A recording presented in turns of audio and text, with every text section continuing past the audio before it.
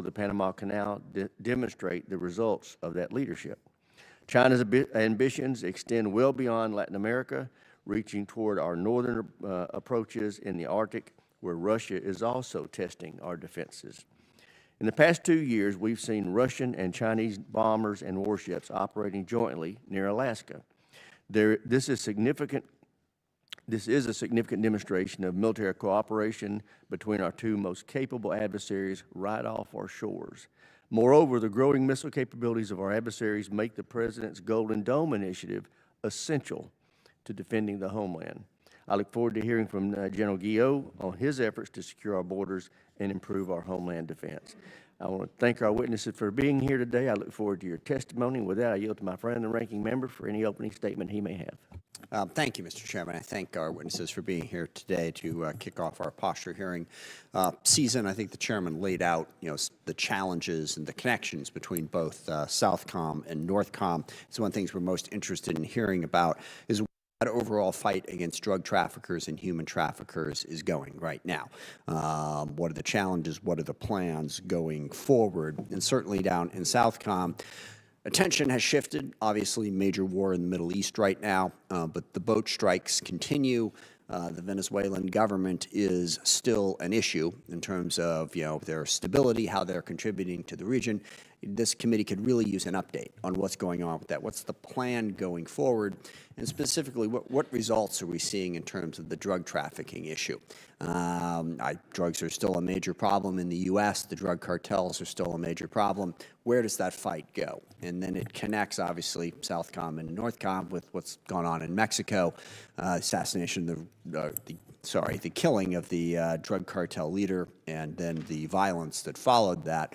Really want to get an assessment from both of you, all three of you actually, on where that fight is going, what you think the most crucial steps are going forward. And to the chairman's point about the coalition that's trying to be pulled together, I think that's absolutely a crucial part of this. We can't just come in and bend all of those countries to our will. We need to work in cooperation. I've always felt that the Plan Colombia model from over 20 years ago was a pretty good model of how to do that, how to partner and work with nations down there to try to combat a problem that affects them as well as us. But we need more details on where that campaign is going as we move forward. In Northcom, there's been a massive increase in the use of the Department of Defense for border security. Would like an update on that in terms of troops committed to it, what their roles and missions are. I had a good conversation with General Guillot yesterday, laid out some of that. I think that would be really important to have a discussion about where we see that going. And then other parts of that, one, as the chairman alluded to, Golden Dome. Where is that headed? We still don't have much in the way of detail on that. Now, Golden Dome contains a whole lot of very important technologies that we're going to work on one way or another, whether it's domestically to prepare us for whatever contingencies we might have overseas. Counter-drone, counter-missile technology is crucial. We want to make sure that money's being spent intelligently. I still worry that this mythical vision that somehow we're going to block every single thing that could possibly come into the U.S. from a missile or drone capability could lead to some very big mistakes in terms of what we spend money on. We need a defensive capability. We also need to be mindful of the fact that no matter what it is, it's not going to be perfect. And we see that in the Middle East now. Israel has an incredibly effective counter-drone, counter-missile system. They have a much smaller area to worry about. And still, in a conflict with Iran, some missiles do get through. How does that factor into our strategic planning as we move forward? I'll close with three sort of problems, concerns. One is the use of the Department of Defense domestically. That has calmed down recently as we've shifted focus, as I said, to Iran. But the use of active duty troops in Los Angeles, the use of guard units in Chicago and Portland and other cities is deeply troubling to me and many members of this committee. The role that our military plays in domestic law enforcement should be pretty close to nothing. So we're worried about where that's going, so curious to hear what the plans are in terms of using those domestic forces. And then we have the counter-drone problem that we saw show up down in El Paso. it is just not good for the FAA to shut down a major domestic airport. They said they were going to shut it down for 10 days, which caused all kinds of problems. Turns out just to be closer to 10 hours. But the lack of coordination and communication between DOD, CBP, and FAA, to throw a bunch of initials at you, is a major problem. Yes, we need to be able to defend against the drone threat. We in the NDAA last year passed a significant piece of legislation to try and address that. But that has to be coordinated with protecting domestic air travel. We can't be taking random shots at what we think are drones and wind up disrupting domestic air travel. So I really want to know what's happening in terms of getting that straight and making sure that something like El Paso does not happen again. And the last point, what is all of this costing? This is a major, major concern for me. The president plans to submit a $1.5 trillion defense budget. That is a 50% increase in the defense budget at a time that we have a $38 trillion debt and at a time when just last year we cut taxes by some $4 trillion. Reducing revenue, massively increasing spending when we already had a debt and a deficit doesn't seem like a recipe for a very, very strong country going forward. So we need to figure that out. But specifically, we'd like to know, what is it costing to do the boat strikes in Latin America? What is it costing for the massive increases in the use of our military on Border Patrol? And we still have not gotten clear numbers on that from the department. We'd like to get an update and get those specifics. With that, I look forward to the testimony of our witnesses, and I yield back. Thank you, Mr. Chairman. I thank the ranking member. First, a couple of housekeeping announcements. In consultation with the ranking member, we will be conducting our questioning today in a reverse seniority order. So for the staff back in their office, if your member sits on the front row of the dais, you might want to have them get in here. And after completion of the public portion of this hearing, we'll immediately reconvene upstairs for the classified portion. And now I'd like to introduce our witnesses. We have first Mr. Joseph Humeyer, who is performing the duties of Assistant Secretary of Defense for Homeland Defense in the Americas Security Affairs. We have General Greg Gio, is the commander of U.S. Northern Command in NORAD, and General Francis Donovan is the commander of U.S. Southern Command. Thank you for being here. Mr. Humeyer, we'll start with you. You're recognized. Good morning, Chairman Rogers, Ranking Member Smith, and distinguished members of the committee. Thank you for the opportunity to testify before you today. I have the honor and the privilege to serve in President Trump's Department of War, performing the duties of Assistant Secretary of War for Homeland Defense and America's Security Affairs. So I want to begin by taking a moment to thank our men and women in uniform, particularly those that serve in critical missions related to homeland and hemispheric defense, especially the National Guard service members that are helping protect America's cities and the military members securing our southern border, as well as the Marine, sailors, and special operations units that are part of Operation Southern Spear and Operation Absolute Resolve, military members like Chief Warrant Officer 5 Eric Slover, and others from Joint Special Operations Command that, through their actions in Venezuela, exemplify the extraordinary bravery of our warfighters and the unmatched capability of the American military. We are in historic times in the United States. Under President Trump and Secretary Hegseth's leadership, we are doing something that has never been done before. In the past, previous U.S. presidents prioritized every region in the world except the one in which we live. Today, we have corrected that mistake. We are prioritizing the Western Hemisphere by making hemispheric defense integral to U.S. homeland defense. And in just 14 months, we have achieved historic accomplishments that put America first, Americans first, and the Americas first in U.S. national security. In my written statement, I outlined several of these accomplishments in line with the 2025 National Security Strategy and the 2025 National Defense Strategy. For my opening statement, I'd like to provide a quick summary. And it begins with our southern border. As President Trump and Secretary Hegseth have said, border security is national security, which is why my first official trip last year was to Fort Huachuca in Arizona to visit Joint Task Force Southern Border. They took me to the front line of our southwest border in Nogales, where I was able to meet with soldiers of the 2nd Stryker Brigade Combat Team. Seeing strikers on our southern border for some can seem surreal, but for our department, it illustrates how we've managed to seal the southwest border in record time by using deterrence and close partnership with federal law enforcement. Today, the department maintains over 12,000 service members along our southern border and has established 6 national defense areas covering 845 miles or 42% of the border across Arizona, California, New Mexico, and Texas. The military innovation is matched by investments in cutting-edge technology and infrastructure, including to counter unmanned aerial threats and additional miles of border barrier. The result is turning record illegal mass migration experienced during the Biden administration into the lowest recorded border encounters in history. This past January marked the 4th consecutive month decline in border apprehensions, with figures 93% below the historic average. As we sealed our southern border and repelled illegal criminal aliens and others, we began to focus beyond the border. For the first time in history, the department is going on offense against designated terrorist organizations and other major cartels in our hemisphere. Operation Southern Spear is restoring deterrence against narco-terrorism threats in the Americas. And since this operation began, there has seen a 30% reduction of drug vessel movements in the Caribbean and a 25% reduction in the Eastern Pacific. Combined border flows of fentanyl, which is a weapon of mass destruction, has dropped by 56% and cocaine flows by 20%. That means there are less Americans dying from deadly drugs that have been poisoning our communities and our children for years. In fact, overall inside the United States, we've seen a 20% decline in U.S. drug overdoses in the last year.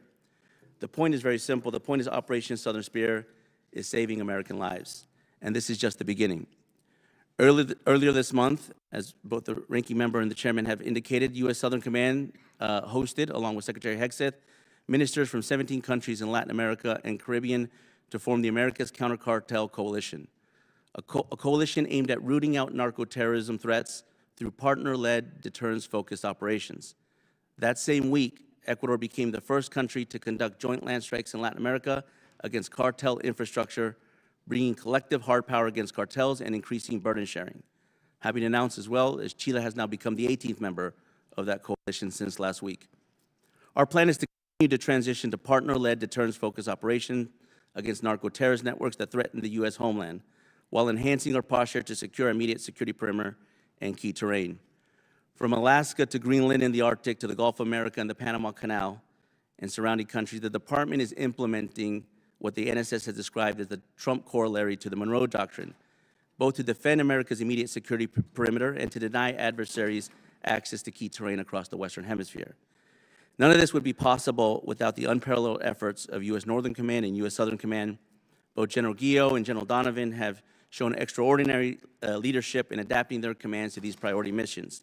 So I'd like to conclude by thanking them, and together we stand ready to support our warfighters, defend our nation, and secure our neighborhood. Thank you, Chairman, Ranking Member, members of the committee. I look forward to the conversation. Thank you, Mr. Humeyer. General Guillo, you're recognized. Thank you, Chairman Rogers, Ranking Member Smith, and the distinguished members of this committee, and good morning. Thank you for the opportunity to appear today along with my teammates here on my right and left, and to represent the dedicated and disciplined men and women of the United States Northern Command and the North American Aerospace Defense Command. NORAD and U.S. NORTHCOM are distinct commands fundamentally committed to the defense of the homeland. As strategic environment has grown more complex, NORAD and NORTHCOM have responded by transforming both commands, having taken on new missions and rapidly implementing innovative approaches to safeguard North America. That active approach can be seen through the command's 24/7 campaign to deter adversaries and defend against all threats in all domains. From intercepting long-range bombers off the coasts of Alaska and Canada, tracking advanced maritime platforms in the approaches to North America, or standing ready to defend against long-range missile attacks, NORAD and NORTHCOM remain vigilant, capable, and committed. That commitment is apparent by the operational units that have been activated over the past year. To secure the U.S. southern border, U.S. NORTHCOM established Joint Task Force Southern Border in March of 2025. Over the past year, JTF-SB has supported Customs and Border Protection partners with unique military capabilities in all domains that have helped reduce illegal border activities to historic lows. To more effectively combat the criminal cartels responsible for the deaths of over 100,000 Americans every year, NORTHCOM established Joint Interagency Task Force Counter-Cartel, a whole-of-government enterprise dedicated to fusing intelligence used to help dismantle cartel networks. And to accelerate our integrated air and missile defense capabilities, U.S. NORTHCOM stood up Joint Task Force Gold to serve as the operational arm for the future layered defense system provided by Golden Dome for America. To address the challenge to safety and security posed by unmanned aircraft systems, or UASs, U.S. Northcom is designated as the department's synchronizer for counter small UAS activities in the continental U.S. and Alaska. U.S. Northcom has developed a rapidly deployable counter small UAS flyaway kit to defend critical installations and employ innovative technologies to protect U.S. personnel, including along the border. And through exercises like Falcon Peak, we are also accelerating the development of new counter small UAS technologies in partnership with JIATA 401 and industry. Assuring our ability to operate in the high north is a strategic necessity. With the inclusion of Greenland into the U.S. Northcom area of responsibility, we are executing seamless defensive operations across North American Arctic in close cooperation with allies and partners. Through exercises like Arctic Edge and NORAD's Operation Noble Defender, we are enhancing our joint and allied interoperability, stressing our forces in harsh conditions, and ensuring that we are ready to defend the high north anytime under all conditions. NORAD and U.S. Northcom continue to pursue critical investments in modernized domain awareness systems and defensive capabilities to meet the challenges of tomorrow. These missions are reinforced by our steadfast partnerships, from our unique binational relationship with Canada through NORAD to our close cooperation with Mexico, the Bahamas, and now Denmark and Greenland. Trusted relationships are a cornerstone of regional security and homeland defense. Domestically, U.S. Northcom's mission to provide defense support to civil authorities remains a critical responsibility, and we stand ready to support lead federal agencies during natural disasters and key events, including America 250 celebrations and World Cup 2026, co-hosted by Canada, Mexico, and the United States. The men and women of U.S. Northcom and NORAD have embraced these new challenges and are unwavering in their no-fail mission to stay ahead of all adversaries in all domains. We appreciate the steadfast support of this committee, and I look forward to your questions. We have the watch. Thank you, General. Joe Donovan, you're recognized. Chairman Rogers, Ranking Member Smith, and distinguished members of this committee, thank you for the opportunity to discuss the posture of United States Southern Command. On behalf of the men and women of Southcom, Sergeant Major Rodriguez and I appreciate your continued support. I'm joined today by my good friends, Mr. Joseph Humeyer and General Guillot. The three of us are aligned with the Department's focus on the Western Hemisphere. We are dedicated to rebuilding U.S. leadership and presence in this critical part of the world. Let me begin by saying I've learned a lot in the last 41 days about the dynamic region I'm responsible for and the incredible organization I am now leading. As this committee knows, last year was a pivotal moment in Southcom's history. The command was responsible for multiple priority missions and operations, each with enormous national security implications. The Southcom team rose to the challenge while remaining true to its legacy of partnering and collaboration. I specifically want to thank the leaders of our Joint Task Force Southern Spear, Southcom's warfighting headquarters, who are leading our efforts against drug cartels and terrorist networks with incredible levels of professionalism and precision. Now we're ready to evolve for the future. The 2026 National Defense Strategy lays out the threats we face in this hemisphere and Southcom's role in addressing them. In response, I have developed 4 imperatives. First, Southcom strengthens hemispheric command and control by redesigning and building the Southcom headquarters for strategic level operations at range, speed, and scale. Second, Southcom imposes total systemic friction on drug cartels and terrorist networks. This requires a hemispheric-wide approach led by Southcom and Northcom to help our partners degrade these organizations and reduce the threat they pose to our partners and our own nation. Third, Southcom develops and fields cost-effective, modernized forces tailored for the mission in this hemisphere. These forces fully maximize operational maneuver, autonomous systems, and human-machine teaming to greatly increase lethality, all-domain awareness, and data sharing for U.S. and partner forces. And finally, Southcom denies adversary footholds and undue influence in this hemisphere. That includes their ability to position forces or other capabilities that threaten our homeland or regional partners and challenge our access to key terrain like the Panama Canal and its approaches. These imperatives in the dynamic security environment we operate in will require the right structures, authorities, and forces to keep pace with mission needs. Southcom is moving out with speed and urgency and stands ready to work with Congress to defend our homeland and our hemisphere. I thank this committee for their unyielding support to U.S. Southern Command and look forward to our discussions this morning. Thank you very much. Thank you, General. I recognize myself first for questions.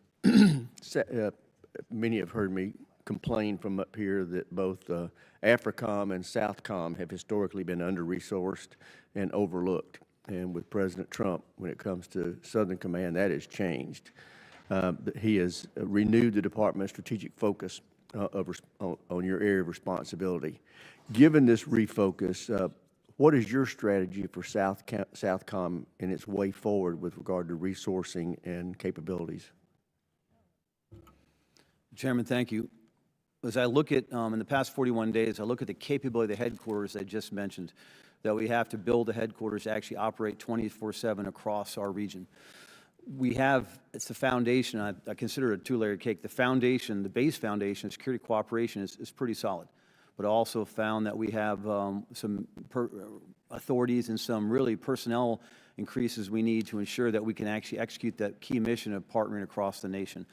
On top of that, the second layer of the cake that is non-existent right now, because Southcom has never been asked to play the roles of an operational strategic level headquarters, building that capability to better partner with the nations around the AOR, while at the same time, Chairman, is to develop a campaign plan to actually get at these cartels, these DTOs, in a systemic way, apply systemic friction across a network, and I consider that from point of production to point of distribution, which would be in the plazas on the Mexican border or U.S. border.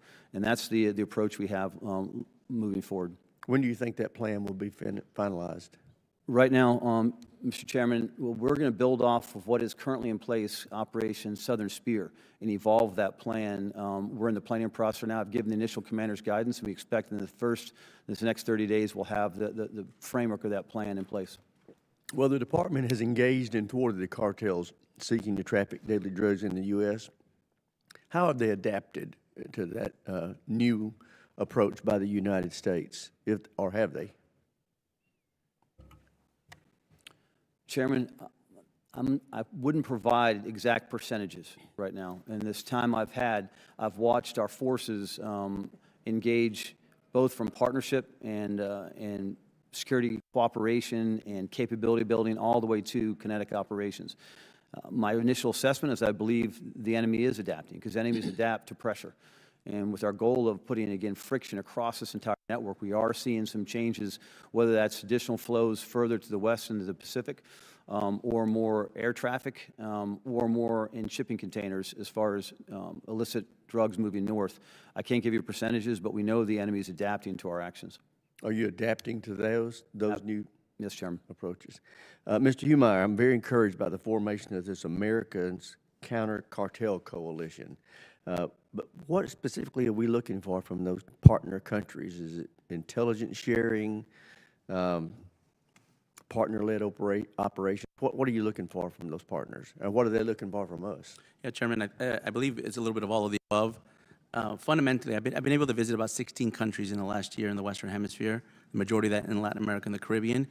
And the number one response I get from all our partners is why did it take you so long? So they're looking primarily at capacity building. They have capacity building on border security, on domain awareness, on ISR, intelligence, surveillance, reconnaissance. So there's a lot of areas that we can help our partners. But fundamentally, what we're looking for them is a serious commitment to use not just interdiction, but also use deterrence to go after the cartels that are in their sovereign territories. This is going a little bit to what General Donovan is saying. You know, on the successes of OSS, a lot of them have been inspired by the bold action by this administration to go after the cartel, combining deterrence with interdiction. We still do historic records of interdiction, but deterrence sends a stronger signal. So if we look at the drug flows that are going from south to north, it's like a 4-lane highway. So OSS focused on looking at the eastern lane in the Eastern Caribbean and the western lane in the Eastern Pacific. We're looking at our partners to do more on the Central Caribbean and the Western Caribbean, as well as on land. So when it comes to land-based strikes, Ecuador, I think, has set the pace, where they, with their permission, with the permission of their government, we've been able to help Ecuador become much more aggressive at going after their cartel threats, providing them capabilities that they otherwise would not have. Do you get the impression that any of them are concerned about us intruding on their sovereignty as a part of this process? Members of the coalition specifically signed a joint security declaration mentioning that they want this support, and most of them all are looking for this.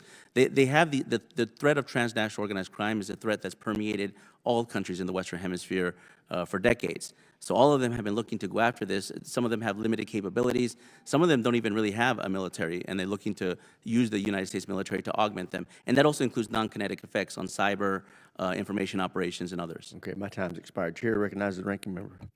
For General Donovan, Mr. Humeyer, so how would you measure successes at this point? Do you have any measurable facts that show fewer drugs, less drugs, however you would put that, are getting into the U.S.? Is this something that we're measuring in some way? I'm happy to take that, Ranking Member. Sure. So as I mentioned on those 4 lanes of the drug flows, the way that we're looking at policy within the Pentagon is movements of vessels and then degrading the capability of the organizations. It's not so much focused on the commodities, whether it's drugs, it could be weapons. Sure, I get that, but ultimately, and I understand that, you're trying to apply, but have you measured, I mean, the ultimate impact, I mean, you can guess at how well they're doing in that 4-lane highway. I guess you can look and see how many, cars, boats, whatever are on it. But ultimately, the measurement of how many drugs are getting into the U.S., do we have any measurement on that particular piece of it?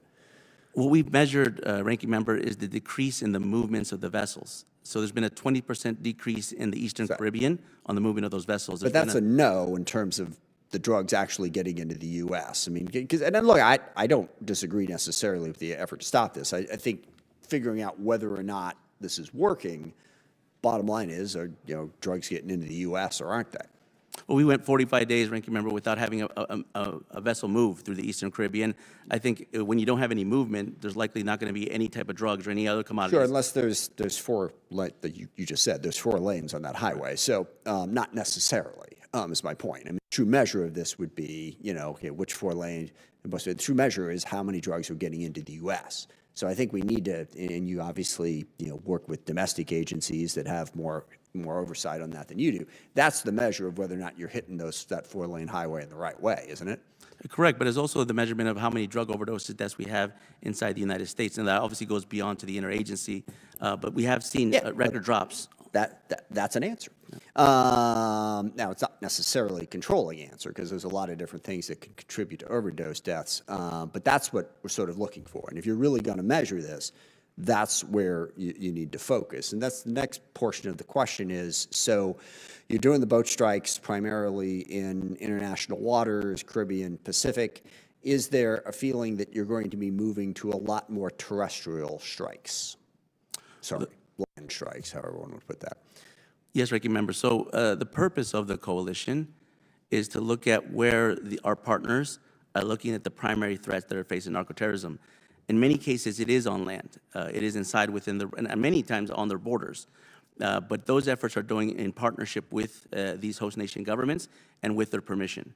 So in the case of Ecuador, for instance, they gave us both their consent. So you do not intend to take any unilateral strikes on the sovereign territory of other nations?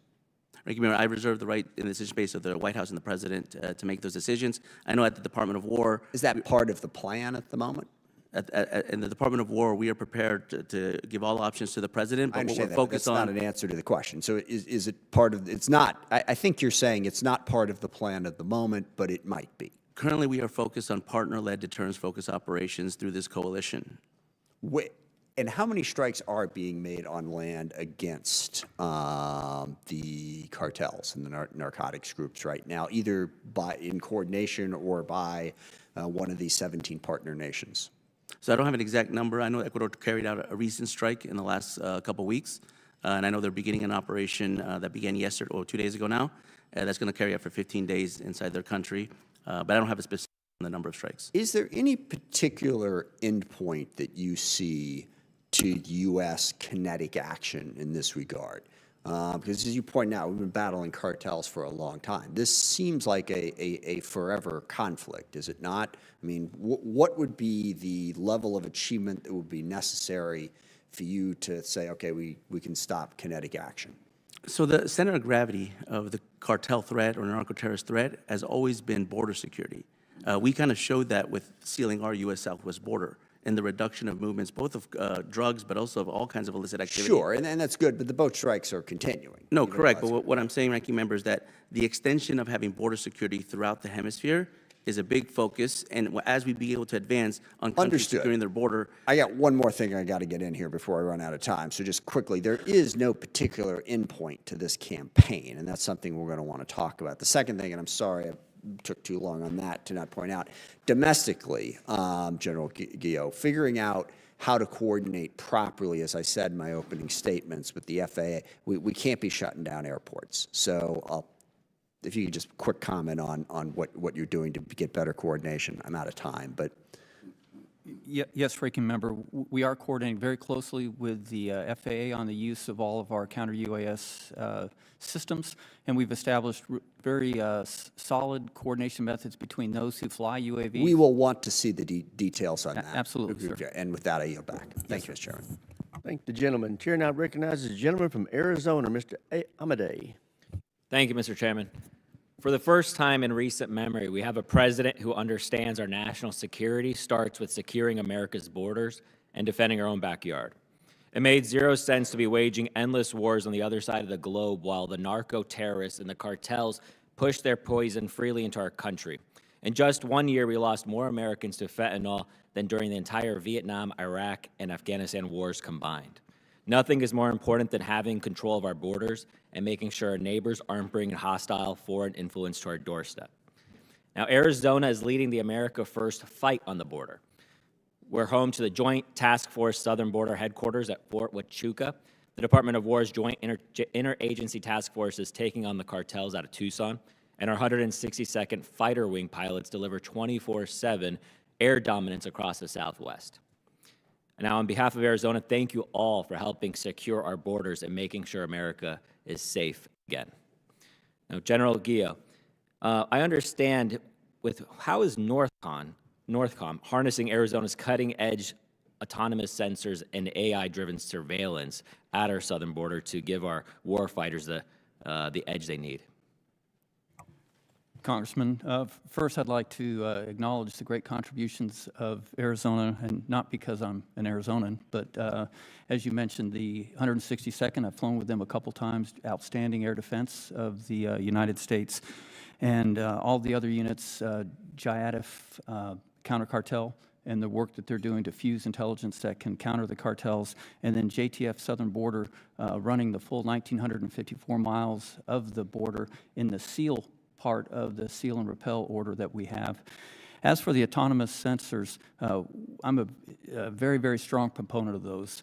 And as the Customs and Border Protection fields more of those across the border, what that does is, one, it reduces the reliance on soldiers and Marines to backfill that, and two, is it allows for much faster response to illegal activity at the border. So as CBP is able to put more and more of those into place, it'll be integrated into the systems that we've moved down to the southern border as part of JTF-SB to complete and hold that seal. Very good. And thank you again for helping secure our border, General, because, you know, my district is actually probably one of the most important districts in terms of the cutting edge of AI, right? We have TSMC, we have all the semiconductors, and under the Biden administration, we had tens of thousands of Chinese nationals cross our southern border. And now that it's sealed, thanks to the U.S. military's help, we're no longer going to have that type of influence be exploited. And General, you testified that hundreds of drones are invading the airspace of our most sensitive military bases. I know we have many military bases at our southern border, like Fort Huachuca. Now, what additional resources or authorities do you need from us to fully secure the southern border against drones, tunnels, and other threats, and especially our airspace on our bases? Congressman, you'll hear something from me you probably rarely hear, but last year we asked for 4 counter-UAS authorities, and all 4 have been granted over the past year. So we do not lack any authorities now.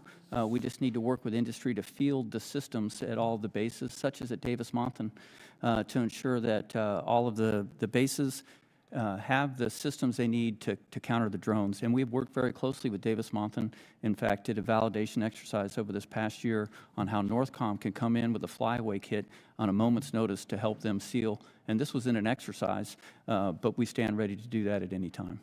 Very good. Thank you. Now, Mr. Humeyer, I applaud your success in capturing Maduro, but a potential power vacuum might be open for our enemies. Now, how are you making sure enemies don't just buy or bully their way back into the region? And how do you see the threats by China and Russia towards regional oil and gas and strategic minerals, ports, and tech going? Yes, thank you, Congressman, for the question. Venezuela is an ongoing effort. It's an effort that's going to require persistent engagement, and what we're doing is we're trying to level that engagement across the interagency, frankly. But within the Department of War, we're focused on the first phase of the three-phase plans that Secretary Rubio has outlined: stabilization, recovery, and transition. So the Department of War has focusing on the stabilization aspect of that plan, and that stabilization aspect requires us to have persistent engagement with the Venezuelan government and the Venezuelan armed forces. We have that engagement. Both General Donovan and I have been able to visit Venezuela in recent weeks, and we've had discussions with the Venezuelan government, and as of today, they are continuing to comply with a lot of the security guarantees that we've been asking for, both for our personnel and our embassy on the ground, as well as any kind of presence of any threats, external and internal, to the country and stability of Venezuela. Thank you. Gentleman's time's expired. Chair now recognizes Dr. Conaway. Thank you, Mr. Chairman. Mr. Humeyer, you addressed the continued threat of unmanned aircraft systems in your testimony. Do you believe that continued investments in UAS and counter-UAS are essential to adapt to the modern battlefield? I'm very interested in this question because I do believe we need to test, evaluate, and demonstrate the integration of improved munition payloads and improved unmanned aircraft systems.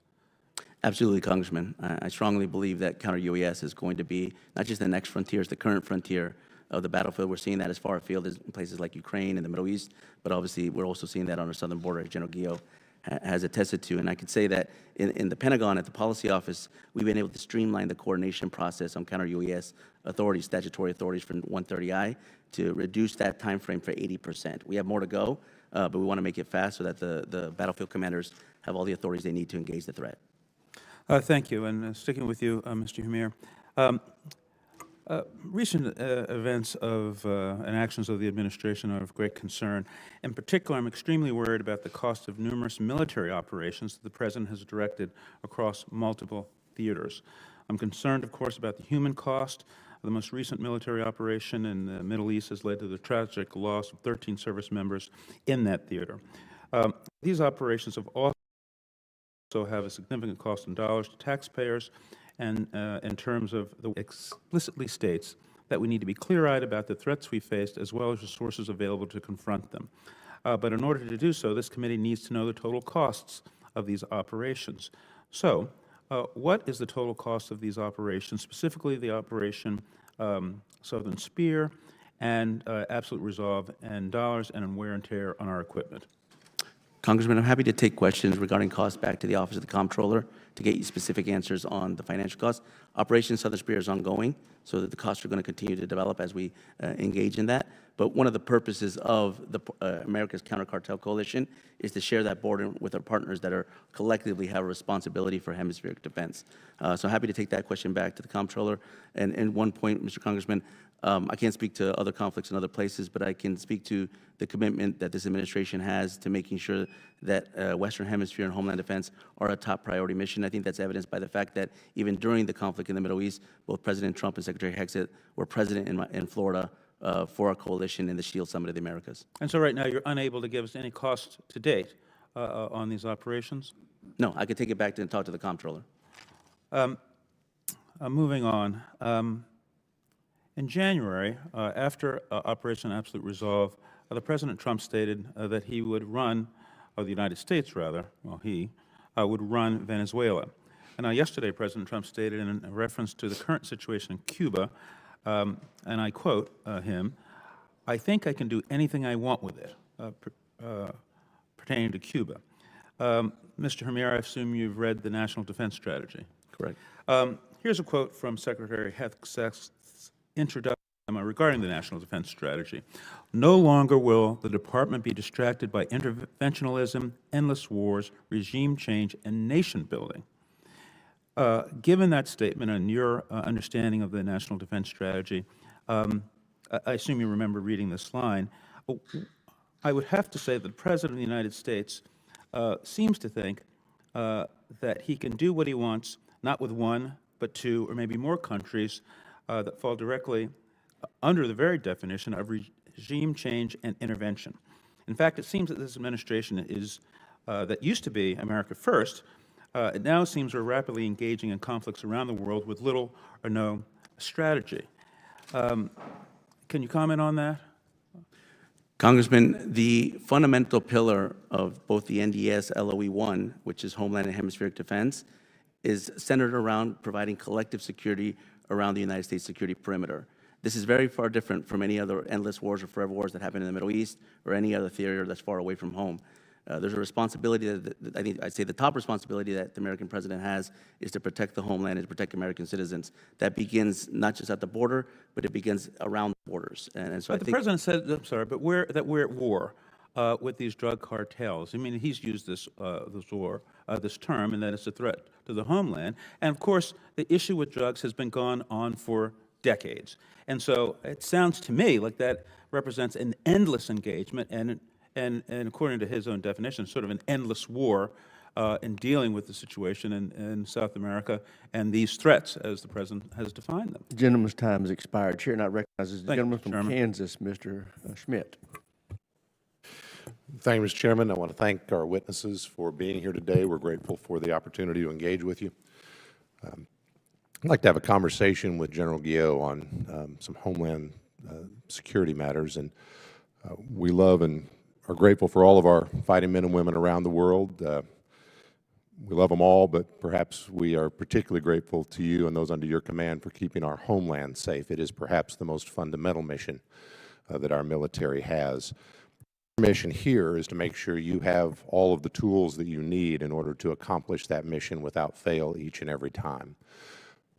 I represent a number of folks whose mission is to provide fuel to those who give us air superiority wherever we operate. And often we think of the tanker fleet in terms of our ability to project power around the world. But I'd like to get your thoughts on several things related to the tankers and their importance and where we might do a better job of providing you what you need in terms of the Homeland Security mission. Thank you, Congressman, for acknowledging the great role of the tankers. Often when we look at the air defense of the United States, we focus on the fighter aircraft that are on alert and scramble to make the intercepts. But every single one of them is enabled by a series of tankers that are behind the scenes, keeping the fight going. In fact, just over the weekend, we had several Noble Eagle scrambles, and the critical key to success for all of those was the fact that we not only had the tankers airborne, but we were able to scramble more tankers from across the country to get there to keep the fighter aircraft flowing for the duration of those. What I think that we could do is continue to modernize. You know, obviously we're relying on KC-135s primarily for NORAD. They do a fantastic job, but they're all, I think, at least 60 years old. And the reliability on them in the air is great, but I know it's a lot of work for the maintainers on the ground. For every hour that aircraft is in the air, it's usually several hours on the ground to make sure that they're ready. So continuing to modernize the fleet with KC-46 and other aircraft would be essential for the Homeland Defense mission. Thank you, General. Let me unpack that last point a little more. I mean, it's reasonable to think that in the event we had a near-peer engagement that threatened our homeland, that is probably not limited to engagement in the homeland. There's going to be demand from your fellow combatant commanders all over the globe. They all need to refuel in order to do what must be done. Do we have enough tankers? A related question in terms of your point on upgrading. The 135s are an old airframe. The 46s have had their share of challenges. What do we need to be thinking about in terms of if we're adding more? In the short term, we have what we have, but in the long term, where should we be thinking in terms of next generation purpose-built tankers to support the mission? Congressman, for any single conflict, we certainly have enough tankers. What we spend a lot of time planning for with Admiral Paparo for Indo-PACOM, General Reed from Transcom, and Admiral Carell for Stratcom, and then myself for NORAD Northcom, is if we have simultaneous conflicts where the tanker distribution would become vital. Obviously, here in the United States, we have the advantage of being able to land and refuel and get back up in the air quickly that some of my partners might not have. And so I think what I'm trying to do is make sure that we have those backup plans if there aren't enough tankers. But everything that I see right now is that we would have a sufficient number of tankers to take care of the Homeland Defense mission, as well as those required to get forces overseas and to keep them fueled overseas. Sir, could I ask on that, would that assessment be the same and your confidence level is high if we were talking about an extended engagement in the high north, either nuclear or conventional? The high north does present a unique challenge. We have a lot of steady state tankers up there, but it would take more for us to be able to patrol that vast region. And there I look at our Canadian counterparts to continue their efforts to purchase tankers to help with the NORAD distribution of tankers. And what about a next-gen tanker and your thoughts on what we should be planning to acquire over a time horizon? Well, we certainly should look to continue to modernize that fleet. Having a more low observable tanker is something that the Air Force is looking at. That is not as important for the Homeland Defense mission. So I think if we get those new tankers, that they should push forward to the overseas fights with the advanced capabilities, because the tankers that we have now would be certainly sufficient for our role in the homeland. Gentleman's time's expired. Chair, and I recognize the gentleman from Missouri, Mr. Bell. Thank you, Mr. Chair, Ranking Member. Quickly, one thing that I will take exception with is, Mr. Chair, you announced that you were reversing the order from junior to senior, and there are some in here that thought we were going first because we're important, but now they know. And on a serious note, this committee is and should be one of the most bipartisan, if not the most bipartisan committees, because national security should be above partisan politics. And Mr. Humeyer, you mentioned that for the first time in history, there's an administration that is putting protection of this hemisphere as a priority. And in my opinion, whether you intended it or not, I think that is very disrespectful to the men and women who served this country, lost their lives, paying the ultimate sacrifice. And it's okay to lift your guy, your administration, but there's no need to disrespect the sacrifices of those who came before. General Guillot, a lot of attention has been placed on Greenland. Already, the United States operates critical assets on the territory that support missile warning and space surveillance, and that presence exists because of decades of defense cooperation with Denmark and Greenland. Yet in recent months, we continue to hear deeply concerning and harmful rhetoric from the White House about the United States potentially taking control of Greenland, whether through acquisition or even potentially by force. Just the suggestion of invading a sovereign NATO ally has raised serious concerns amongst our partners. From a military standpoint, isn't it our strongest strategic advantage in the Arctic the fact that we already have trusted allies who allow the United States to operate critical defense infrastructure on their soil? Congressman, I have great appreciation and respect for the leadership of Greenland and also my counterpart in Denmark that allow us to operate out of Patuffik Air Base, which is, or Space Force Base, excuse me, that you just mentioned, as well as other locations throughout Greenland that not only give the space capability that you described, but we can also operate the fighter aircraft and the tanker aircraft that give us that first line of defense against any adversary that might approach us from the north. And Mr. Humeyer, I think I pronounced your name wrong, I apologize. Would you agree?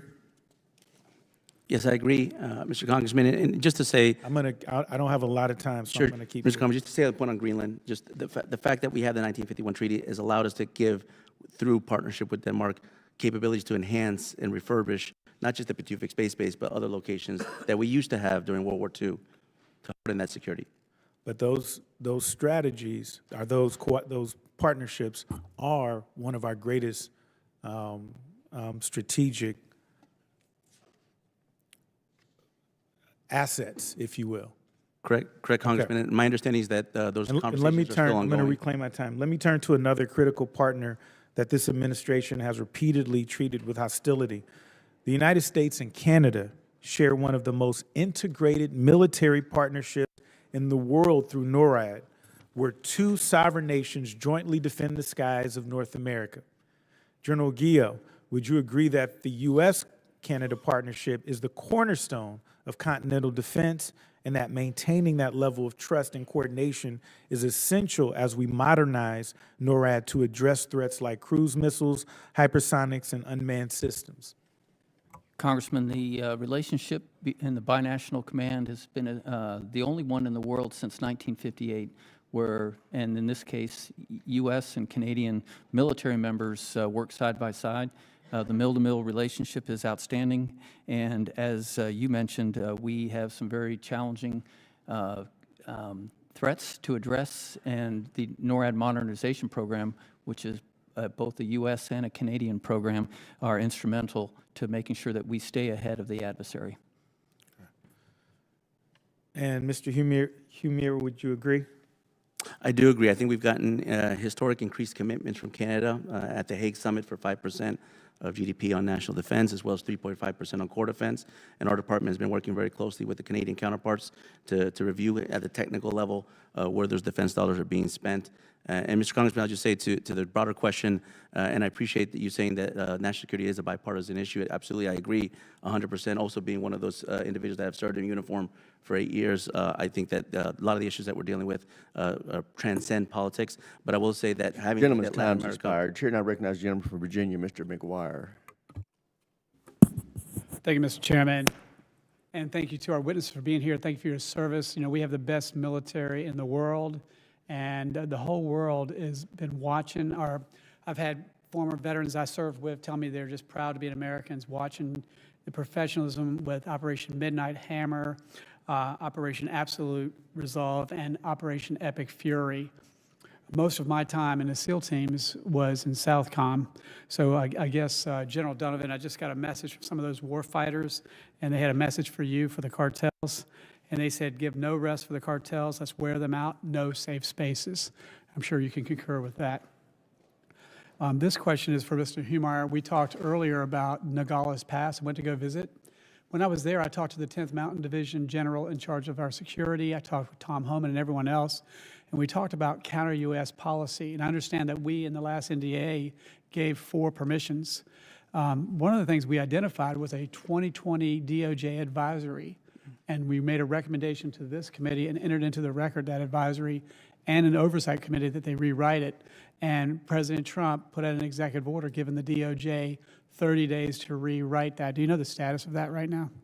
I don't, Congressman, but I'm happy to take that back and get a response for you. That sounds great. And talking about Southcom again, Mr. Humire, should we expect changes in military presence and tempo in Southcom right now?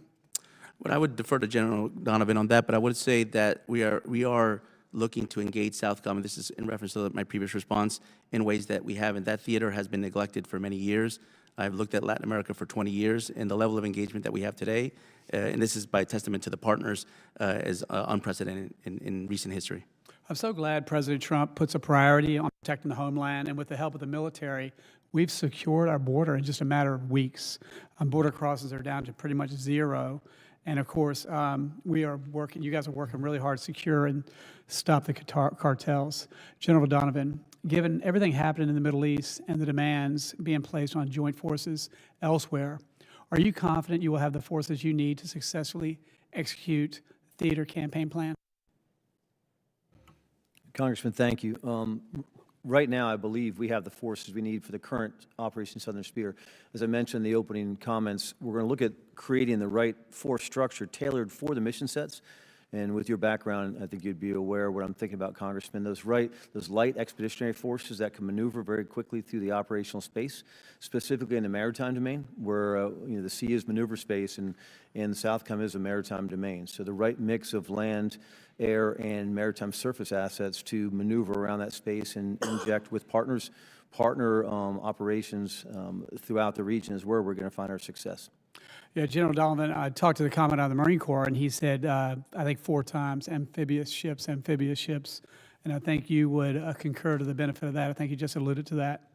So we're seeing China expand its footprint through ports, space facilities, and other dual-use infrastructures across the hemisphere. General Donovan and Gillett, are NORTHCOM and SOUTHCOM working together to track and counter that influence? I'll start off with, we absolutely are. The chairman of the Joint Chiefs Staff has led a series of exercises called Elite Constellation, where we're looking at the PRC, the Chinese threat, throughout all the GCCs. And through the exercise series, we're able to come together with different options aligned. And in NORTHCOM and SOUTHCOM, how do we look at that threat more holistically, not just through that unified command plane boundary? So I believe these exercise series, Ron, are helping us look at this in a more holistic way. Congressman, I agree with General Donovan, and I would just add that the unified command plan that he mentioned puts lines on a map. And General Donovan and I know that the cartels do not adhere to those lines on a map, and so therefore he and I do not. Again, the last question for anyone who wants to answer is, what potential threat does Cuba pose in enabling our adversaries to have a foothold in the Western Hemisphere, and are recent developments changing that? Happy to take that, Congressman. Cuba historically has been one of the strongest intelligence adversaries that we've had in the United States. They not just have penetrated our government, they penetrated other governments, partner governments throughout Latin America and the Caribbean. And I think that's attested to the fact that when Operation Absolute Resolve was carried out, it was mainly Cuban military officials that were defending Nicolas Maduro inside Fort Tuna and Caracas in the compound.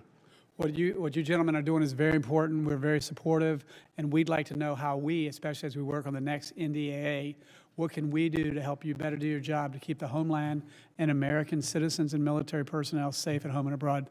Thank you. Gentleman's time's expired. Chair, I recognize the gentleman from Virginia, Mr. Vindman. Thank you, Chair. Thank you, Ranking Member. So in your testimony and the statements provided, there are a number of terms that have been mentioned. There's FTO, Foreign Terrorist Organization, DTO, Designated Terrorist Organization, narco-terrorists, narco-traffickers, transnational criminal organizations.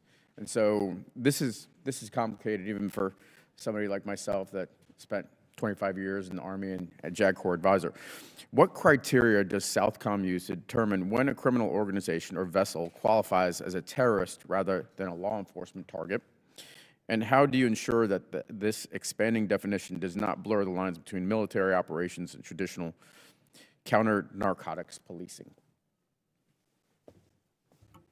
Congressman, thank you for that, and I appreciate you highlighting the number of definitions. This is 41 days in. I have my cheat sheet because I'm learning the definitions, and specifically my authorities as a combatant commander.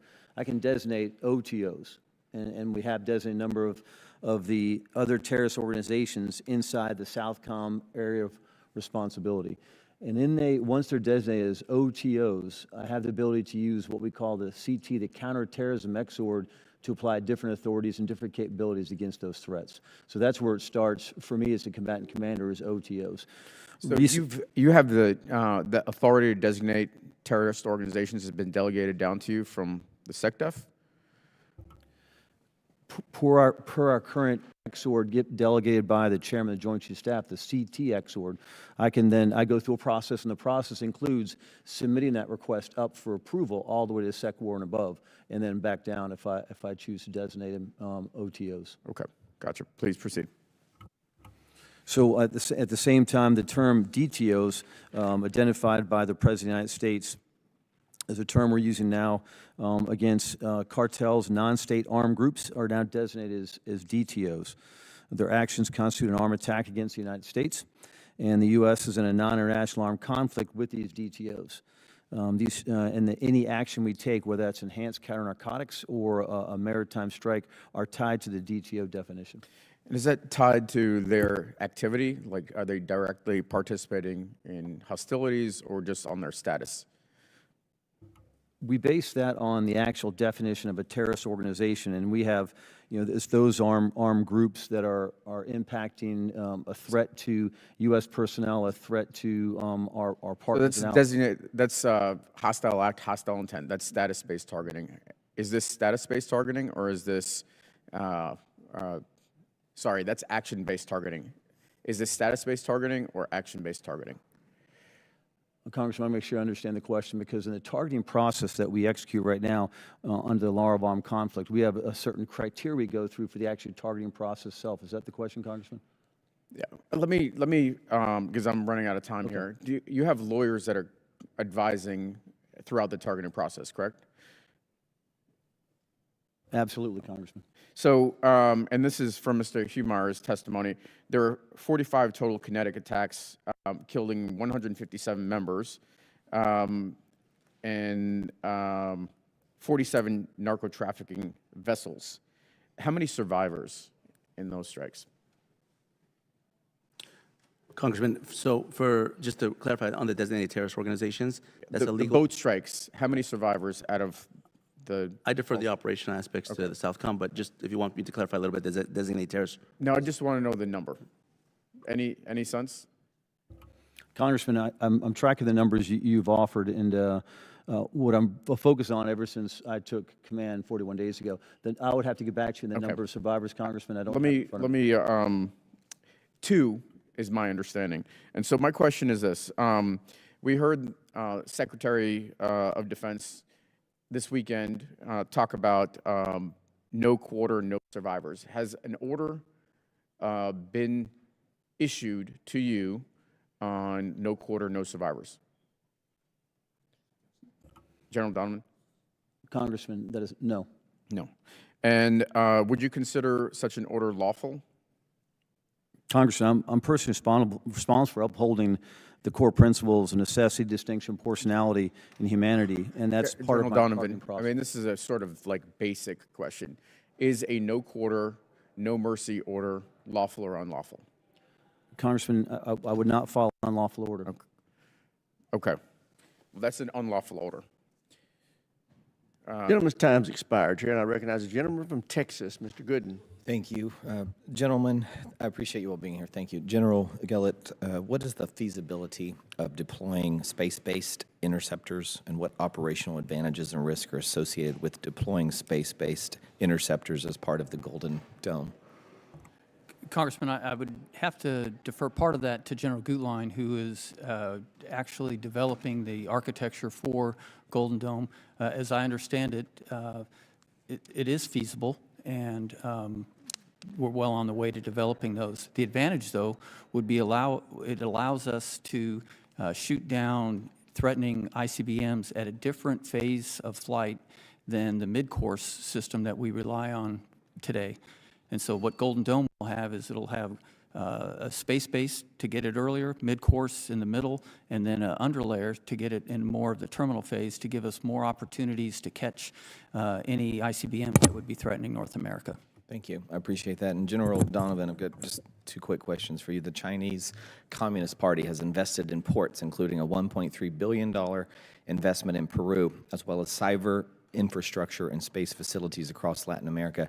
How concerned should we, as this committee and Congress, be that these so-called commercial projects could become dual-use facilities supporting Chinese military operations in our own hemisphere? Congressman, thank you for highlighting that. We are very concerned. I consider them all dual use, and specifically whether they're built with a military infrastructure background or they're just a functional device that could be used to support Chinese actions. I consider them all dual use, and we're tracking 23 port projects and 12 space-based enabling projects. I'll also ask, our defense systems rely on critical, not criminal minerals, but it's criminal how much they cost. Critical minerals for electronics, batteries, and advanced weapons. Do you believe China's growing role in mining and processing those resources in Latin America pose a long-term risk to our defense industrial base? Congressman, yes. Do you have anything to comment, just kind of a vague, throw it out there, with respect to Brazil and their seemingly close proximity to China. It seems as if China has quite a bit of a presence in Brazil. They've got some of the heads of their Southern Hemisphere operations that are camped out in Brazil. The former president is living in China, heading up a bank. What's the thinking with respect to China's relationship with Brazil? Congressman, I'll focus on the military aspects of our relationship with the Brazilian military. And I believe we have at the lower levels very good relationships. As a matter of fact, we've seen some positive actions. Last year, Brazil was going to put on an amphibious exercise called Formosa, inviting the United States. We did not attend because the Chinese were participating.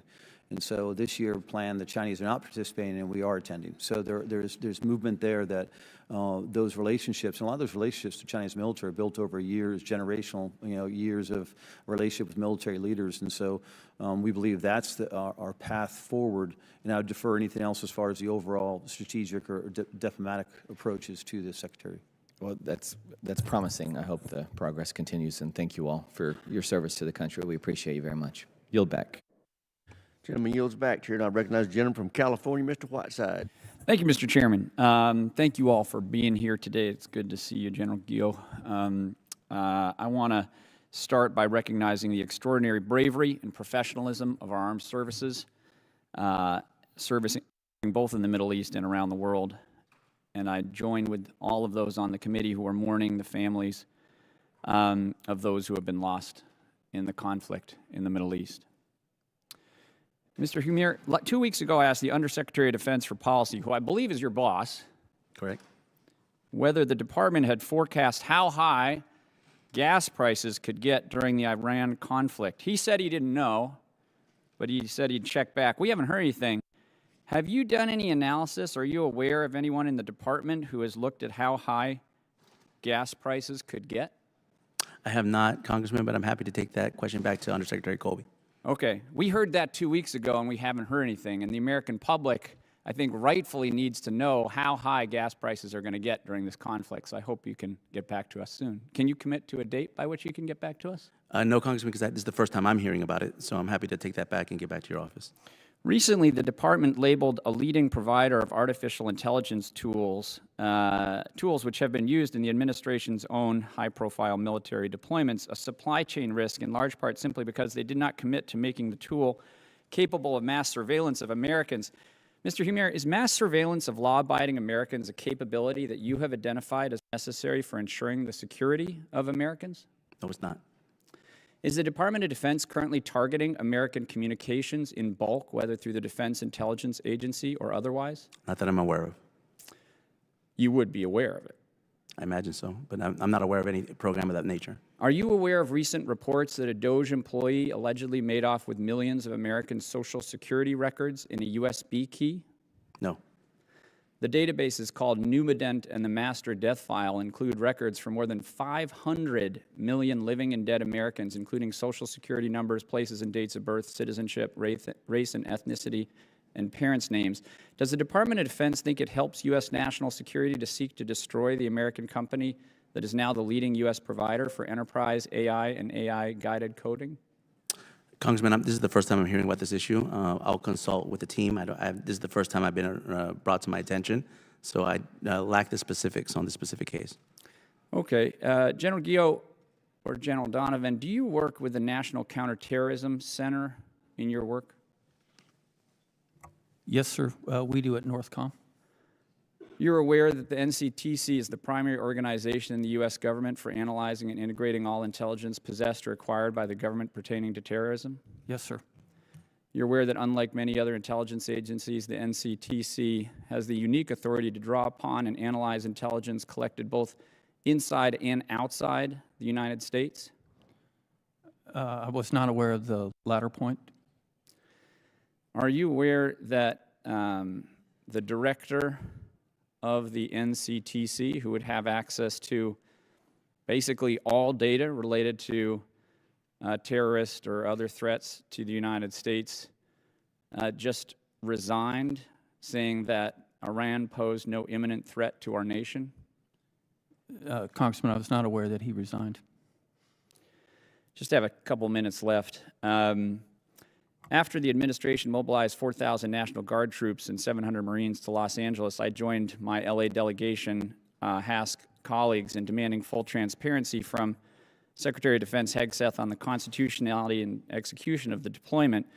In December, the Supreme Court ruled that the President cannot bypass congressional approval or the Posse Comitatus Act simply by labeling it as enforcing federal law. Mr. Humir, will the administration commit to following the Supreme Court's order in this case and not to send troops into our own cities under unconstitutional grounds? My understanding, Congressman, is that the constitutional grounds that the department has used are both Title 10 or Title 32 authorities that allow the department to be able to deploy forces at the discretion of the governors under Title 32 or discretion of the president under Title 10. Yeah, I think the Supreme Court disagrees with you. But I appreciate your service, and I appreciate all of your service, and I yield back. Thank you. Gentleman yields back. Chair, I recognize gentlelady from Virginia, Ms. Kiggins. Thank you, Mr. Chair, and thank you to our panelists for being here and for your service to our great country. I have the privilege of representing Virginia's 2nd District, so Hampton Roads, home to our East Coast Navy. But this past week, we had a tragedy occur at one of our college campuses. We had a shooter who walked into Old Dominion University and targeted our Army ROTC students there. And we know that this shooter had known terrorist ties to ISIS. And the fact that he was walking around openly on the streets of our city is very infuriating to me.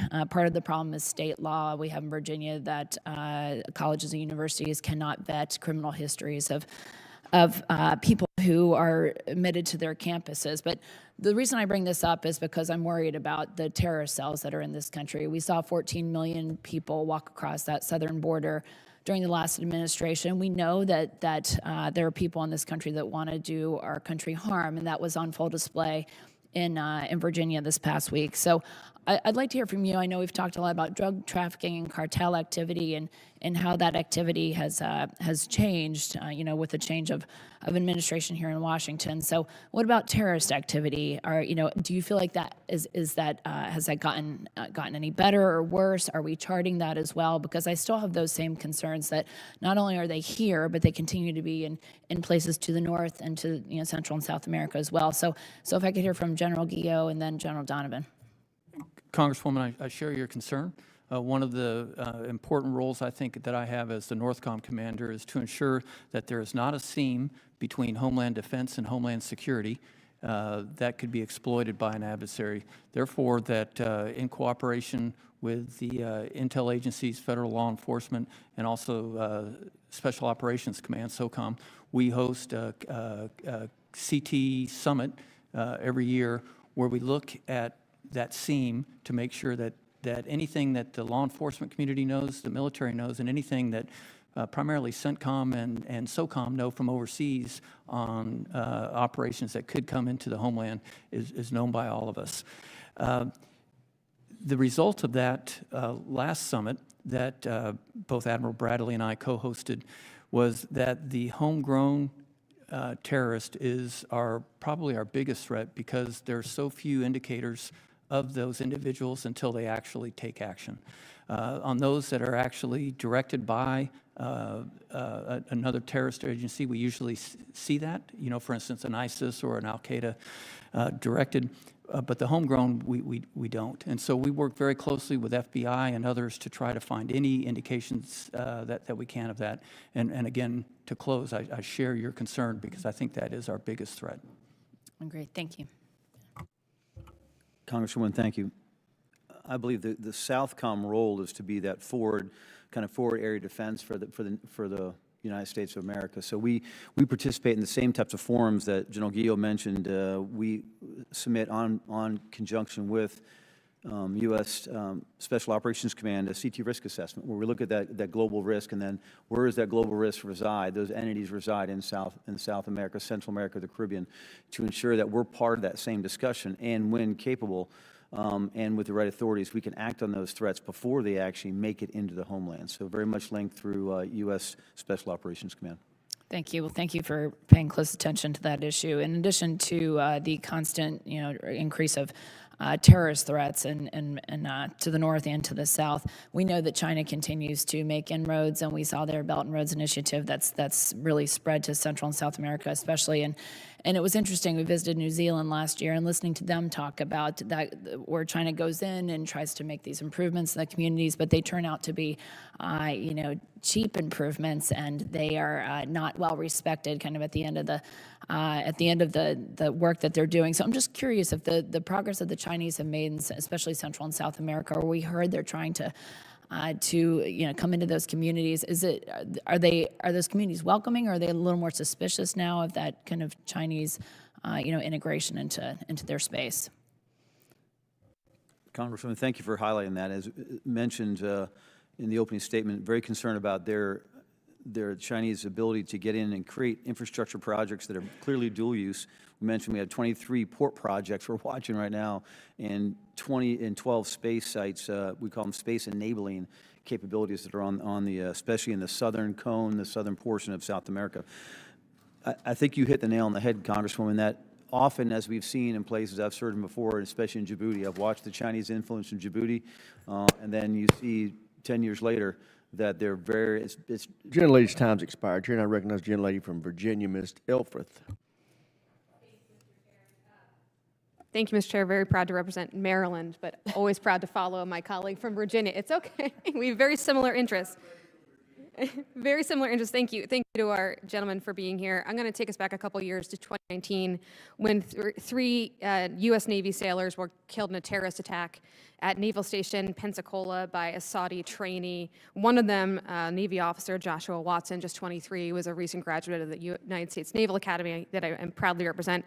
Two others, Airman Mohammed Haitham, just 19 from Florida, Airman Apprentice Cameron Walters, 21 of Georgia, were killed in the attack. The families of the victims deserve answers and some type of resolution for the fact that the Kingdom of Saudi Arabia did not properly vet the trainee that committed these horrible acts. Can you, anybody, give me kind of a status check on the litigation and whether the families have received compensation for their loss?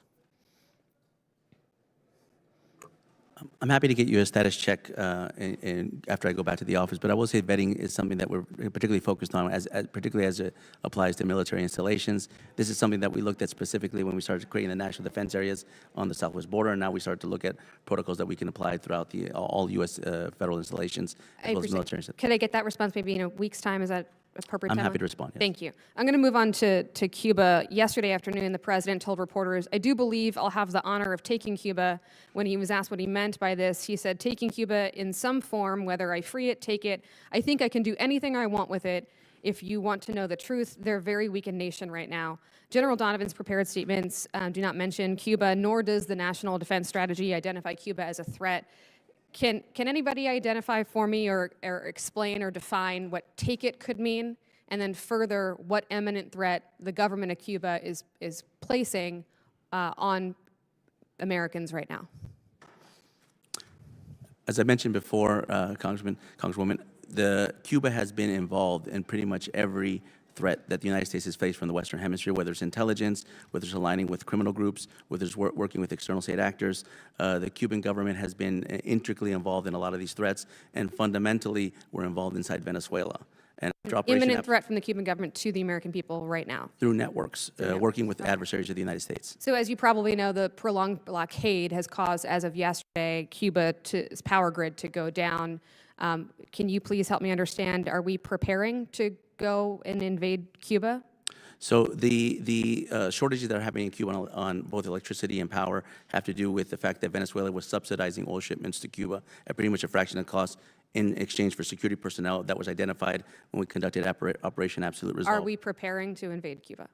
Ma'am, I'm not familiar with any plans on Cuba. What I'm saying is that fundamentally, Cuba has provided a significant threat to the United States hemispheric security for decades and close to half a century. Okay, I'm going to keep going with this kind of theme of a disconnect between the president's rhetoric and I think what we're actually seeing imminent threats on the ground. I'm going to take us back to Greenland, which feels like a decade ago, but was only a short few months ago. There is no doubt from anybody on this committee that China and Russia pose significant threats to Arctic security, particularly because they've outpaced us on icebreakers and are far more aggressive. But we can all agree, I hope, that it is too broad of a terrain to monitor and protect on our own. That's why we have allies. That's why we have particularly our NATO allies. Yet, again, the president's rhetoric I'll just quote him, "We are going to do something about Greenland. If we don't do it the easy way, we'll do it the hard way." General Guillot, I imagine that makes your job particularly difficult. I was heartened to hear in your opening statements respect for our allies, our NATO allies, how important Denmark and Greenland are to Arctic security. I guess my fundamental question here is, what do you want to do, or what does the president want to do with Greenland that the 1951 treaty doesn't allow us to do? Congresswoman, we are working with Denmark through the Department of State to expand some of the authorities that are in the 1951 treaty to give increased access to different bases across Greenland as we look at the increasing threat and the strategic importance of Greenland. But everything that we're doing through NORTHCOM is through Greenland and through Denmark. So I'm hearing we could have achieved all of this diplomatically through our NATO alliance without threatening to take or to invade Greenland by force. Well, I can speak to the mill-to-mill portion, and we have a very strong relationship with Denmark. And I want to commend you for maintaining that relationship despite what some of the news or what the president may say. I think the mill-to-mill relationship is essential here, despite that rhetoric. With that, I yield back. Thank you, Mr. Chair. Gentlelady from the great state of Maryland yields back. Chair now recognizes the gentleman from Indiana, Mr. Mesmer. Thank you, Mr. Chairman, and thank you to the witnesses for being here today. General Guillot, I know you've been heavily engaged with General Gutlein and his team on the development of the Golden Dome architecture. What systems are most important requirements for Golden Dome to focus on to fulfill its strategic mission? Congressman, I view Golden Dome as a layered series of systems, and to me the most important layer is the domain awareness layer, because regardless of how sophisticated and capable the interceptors are, if they're not first, the threat is not first detected, tracked, and cued to those interceptors, we have no chance of hitting them. So I would say the domain awareness layer. Okay, thank you. You've previously stated that you predict capability will arrive sooner rather than later. Are you still confident that that'll happen? Yes, Congressman, I'm still very confident. Okay, thank you. General Guillot, as threats to the homeland continue to evolve, how is NORTHCOM adapting to emerging challenges such as hypersonic weapon systems of our adversaries? Congressman, through Golden Dome of America primarily, with space-based and ground-based systems to detect and track the hypersonics, which present us challenges that ballistic missiles don't, and then the defeat mechanism, because they can be engaged as a traditional ballistic missile or more in a terminal phase. It's the most destabilizing and challenging threat that we see, and it's through our work with General Gutlein, I think it's very well integrated into the Golden Dome for America plan. Okay, thank you. General Gutlein, reports also indicate Russian submarines have been increasingly active in out-of-area patrols near the U.S. coast, including the deployment of submarine in January to escort a sanctioned oil tanker, Marinera, across the Atlantic amid U.S. enforcement efforts. What are the specific requirements for NORTHCOM to effectively track these advanced submarines and hold them at risk? Congressman, we have a series of capabilities that I call part of our maritime homeland defense package that looks under the sea, so subsurface, surface, and through the air, to detect and track all submarines that would be considered a potential threat to the United States. To do this, though, we have to have strong partnership with EUCOM, with SOUTHCOM, and with INDOPACOM, because the adversaries don't necessarily follow the lines on a map that we do. And so we traditionally, what will happen is one of those commands will activate the forces, and then we'll transfer command and control of those forces as they prosecute the potential adversaries across the water. And then that way we don't have to put more ships on it. We just keep the same ships, and then the command and control will go from EUCOM to NORTHCOM to SOUTHCOM and back. And we find that to be very effective and efficient. Okay, thank you. How might the New STARTs treaty end enable more aggressive nuclear signaling, and what role could Slick 'em In play in that deterrence? Congressman, I have to tell you, I would have to defer to STRATCOM on that. Okay, thank you. General Donovan, multiple sources have mentioned containerized munitions as a growing Indo-Pacific threat, but media reports also suggest Russian and Chinese influence in the Western Hemisphere could enable similar tactics here.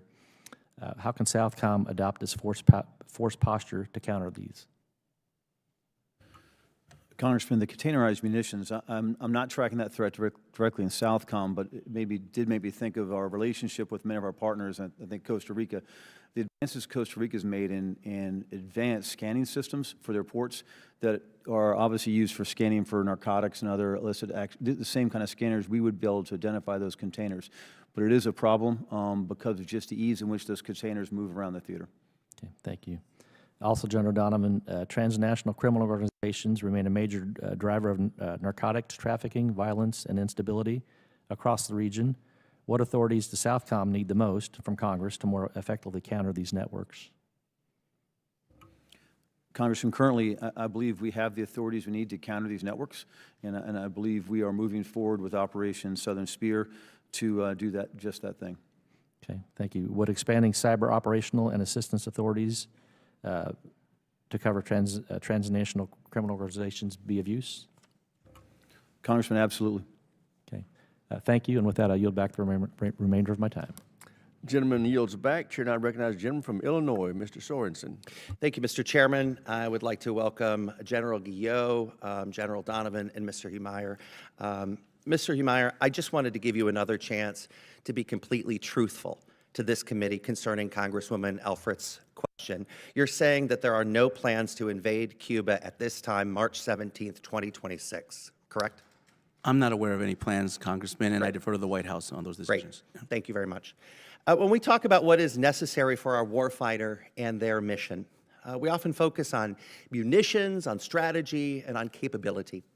But as we've seen earlier this year in Operation Absolute Resolve, the weather played a significant role in the capture of Maduro while allowing every service member to come home to their family. As the only meteorologist serving here in the United States Congress, I know firsthand how accurate weather data is essential to keeping our military safe as well as our neighbors back home. So to both of the generals here today, could you discuss how important accurate weather data is to the effectiveness of our missions and keeping our homeland safe? Congressman, I'll start if it's okay with General Donovan. It's the opening part of any one of our mission briefs is I was weather. going to bring that up. It certainly is, and every time we do a mission brief, we have a contingencies, and the first contingency we talk about is the weather. And I'll point out, over the weekend, there was an airliner with a bomb threat that was flying in towards the United States. And we talk about three dimensions, you know, the two dimensions laterally and altitude, but the fourth dimension was the weather that was affecting us to be able, or tried to affect us to go make that intercept. So the weather is central to everything that we plan for and execute. Great. Sir? Congressman, thank you for that. As being a geography major, talking to a meteorologist type person, I really enjoyed hearing your comments. And I think from a aviation perspective to a ground or maritime perspective, I think of the impact of the weather, not only when we plan, but actually through execution, and track very distinct weather data through execution. If I'm returning a ship back to an aircraft carrier, aircraft carrier inbound, the ship, if we increase 10 knots of wind, 2 feet of sea height, we end up having a problem recovering our aircraft. And so the key is that it plays into everything we do, and no amount of technology is going to diminish the weather. We have to be able to predict it and act with it every single day. My grandfather, when I was a kid, he was in the United States Navy in World War II, and he, my grandpa Sorensen is the reason why I'm a meteorologist today, and if he was living today, he could understand how important it would be to sit in this chair and talk about how important it is that cutting NOAA and the National Weather Service, not only does that impede accurate forecasts for meteorologists during times of severe weather, but I believe the Navy, the Air Force, the Space Force will be at greater risk as our country loses its meteorological supremacy. To Mr. Hemeyer, could you please tell me your understanding of weather forecasts and how they keep our service members safe? I think that's an operational question, but fundamentally, I mean, the weather's in all kinds of operations, whether it's related to inclement weather, and we have a hurricane season that often hits the Caribbean, and a lot of our partners ask for humanitarian assistance, disaster relief, so weather's a critical component. Are you aware of the lifted condensation level? I'm not. Okay, that's the base of any cloud. Okay, so anyone flying with the Navy or the Air Force, it has an essential understanding of keeping aircraft away from a line of sight. As you mentioned, General, every ops briefing begins with the weather. And maybe it's not just meteorological understanding. Mr. Humeyer, do you understand what happens when we cut funding to an already lean NOAA? Why would you believe that we could ever be in a better situation today with less accurate data? I'm not aware of that funding cut. Well, this administration clearly wants to cut NOAA and the National Weather Service. They put it through the DOGE meat wringer in the last year, and I saw so many of my former colleagues in the meteorological enterprise get thrown out to the curb. We've seen degradation of weather models. I was talking with leaders at the Weather Channel today, and they said, Congressman, can you protect the data? But let's also understand, it's not just the data that is used in weather forecasting, it's the data that we're using for warfighters. And so it concerns me that you're not aware that weather data is being impeded. Well, I would defer actually on the operational aspects, as both General Geer and General Donovan mentioned. Weather is a critical component of operational planning for all kinds of operations, whether they're combat operations or they're support operations during peace environments. So if they have the authorities and they have the capabilities and tools that they need, then I think that's where my responsibility lies. But as I said, I wasn't aware of the cuts that are going to NOAA, but if they tell me that they don't have the authorities or the resourcing that they need to conduct those operations, then we would elevate that. Gentleman's time's expired. Chair, and I recognize the gentleman from Minnesota, Mr. Finstead.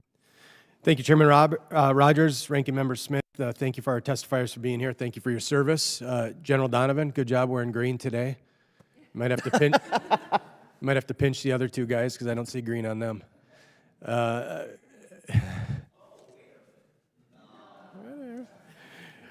Throughout your testimony today and throughout your answers to the questions of many of my colleagues, we've heard much about the many ways which NORTHCOM and SOUTHCOM ensure our global security and help maintain stability throughout the Western Hemisphere. The importance of a strong NORTHCOM and SOUTHCOM has been made abundantly clear. General Gio, as you know, effective operations in the Arctic require specialized training and equipment under the best of conditions, and there's no substitute for real-world experience and training in the region. It's critical to have designated Arctic units that are specifically trained and equipped to execute their assigned missions in all conditions. For example, my home state of Minnesota, we experience it all. We're hardy folks. Unfortunately, we're known for a few other things right now, but we definitely are known for our weather, and we're experiencing that right now. Minnesota offers this unique environment for testing these capabilities with the cold climate and the presence of Lake Superior. The lake's vast expanse, deep cold waters, and extreme winter conditions closely mimic harsh environments of the Arctic. There's only so many places in the homeland that offer that, and we're proud to have that and be that in Minnesota. So, General Gio, what are the primary challenges NORTHCOM faces in conducting military operations and testings in the Arctic environment? Congressman, I would focus on two. One of them you just mentioned, which is the ensuring that all the forces are trained and equipped with the equipment that it takes to operate in those harsh environments. The other is we have to actually do that training. And so we just completed Arctic Edge, which is exercise in Alaska, which is traditionally held during the period of the year with good weather. And I intentionally moved it back into February, March. So we would have the air crew and the maintainers operating and preparing aircraft to work in those harsh environments. And we're learning a lot. The second part is the forces that are in Alaska, in Minnesota, in Michigan, Upper New York are all very good at operating in that environment. But if they push forward in a conflict to another region, their backfill is probably a unit that is not used to that. And so I'm trying to identify within the services the specific units that require that type of training so they can do that. And the last thing I'll point out very quickly is I'm working very closely with General Steve Nordhaus, who's the chief of the National Guard Bureau, on increasing in the U.S. our training opportunities so we don't always have to do it in Alaska, so we can do it in Minnesota, Michigan, and New York, and expand the opportunities for stateside units to get that Arctic-type training. Great to hear that. So a little bit more depth on this. So how does NORTHCOM assess the effectiveness of its current Arctic training and testing programs. Can you describe the importance of improving these capabilities? You alluded to it a little bit, but we in Minnesota are looking forward to continuing to grow and work with increasing capabilities, testing, range. We have the resources, we have the deep water, we have, it's on the homeland, right? So this is something that we can control. And so just maybe a little bit more about, kind of what are the metrics that you use to measure the effectiveness? Congressman, what I use is their ability to come quickly and operate inside of one of our operational plans. And I would say the best we have is our Special Operations Forces. We have identified units that go up there and train regularly and expand their mission, not only in Alaska or in the northern part of the U.S., but also into Greenland. And I don't mean this as a criticism, but the Air Force is probably the most challenged because most of, so many of the bases are in the southern part of the U.S., and so many of the U.S. Air Force units have been on rotation in the Middle East for years and years, and that's the environment where they've gotten their most training. And so I'm working very closely with General Wilsbach and his staff to get more of the Air National Guard and regular Air Force units trained in the Arctic environment. It's great to hear. Minnesota is open for business. We welcome you. You bring the jets, we'll bring the cold weather and the climate that will provide our warfighters the awesome opportunity and training. Thank you again for being here. Thank you for your service. And Mr. Chair, I yield back. Thank you. The chair now recognizes Mr. Vasquez from New Mexico for 5 minutes. Thank you, Mr. Chairman. General Guillot, General Donovan, and Assistant Secretary Hugh Meyer, thank you for being here today. Over the past month, there have been several incidents that have caused myself and other members of Congress to question the Department of Defense's ability to coordinate effectively with other U.S. agencies. On February 11th, the FAA shut down the El Paso airport and airspace with no warning to local officials, residents, or lawmakers such as myself. The FAA said the airport and airspace would be closed for 10 days, citing special security reasons. As the Southern New Mexicans that I represent woke up to this sudden news, absolute chaos and confusion ensued. The public, myself, and other members of Congress were left in the dark, wondering if there was a more serious threat that we were unaware of, as was originally indicated, which led to widespread speculation and misinformation. After Representative Escobar and I launched a congressional inquiry, the airport quickly reopened, but for multiple days we received conflicting information from the Department of Defense, Fort Bliss officials, DHS, and the FAA as to exactly what had happened. FAA staff told my office the temporary flight restriction was pre-planned, but the FAA administrator instead tweeted that there was an active threat. Then we learned it was related to DoD technology in the hands of Border Patrol after an explanation of shooting down a party balloon. Meanwhile, nearly half of the flights out of El Paso that day were canceled, with thousands of people affected by this incompetence. Overnight, medevac flights were suspended. A similar incident happened only 2 weeks later when the DoD accidentally shot down a CBP drone after CBP failed to notify the department of an ongoing exercise. This led to the FAA issuing a temporary flight restriction over Fort Hancock that still remains in place today. Assistant Secretary Hugh Meyer, can you explain where exactly the breakdown of communication was between the Department of Defense and the FAA? Thank you, Congressman, for the question. Over the last 14 months, the department has had several iterations of communications and coordination with the FAA, specifically on the capabilities that you're referencing. Those consultations have to do with the capabilities, the risks, the associated vulnerabilities that can be associated with that system. In respect to the specific instances that happened recently, a lot of that was in lack of coordination with the Department of Homeland Security. Now, I'm happy to report that since that incident, we've been able to streamline a lot more of that coordination. 3 agencies, Department of Homeland Security, Department of War, as well as the FAA, and looking to improve on that process as we move forward. Well, thank you, Mr. Hugh Meyer, but let's zone in on that lack of coordination with the Department of Homeland Security. That's what I was looking for. What failed? What was the lack of coordination? Well, I'd have to defer to the Department of Homeland Security because that's their coordination with the FAA, not ours. Okay. I want to move briefly now to talk about some of the counter-UAS technology that is being tested. Both these incidents involved counter-drone high-energy lasers, which is technology whose effects on people, the environment, and other U.S. assets aren't completely known yet. I believe this is what the FAA was concerned about and what likely contributed to them issuing these shutdowns and flight restrictions. Reporting suggests that these tests are some of the first known domestic use of a counter-drone laser system conducted outside of a controlled environment.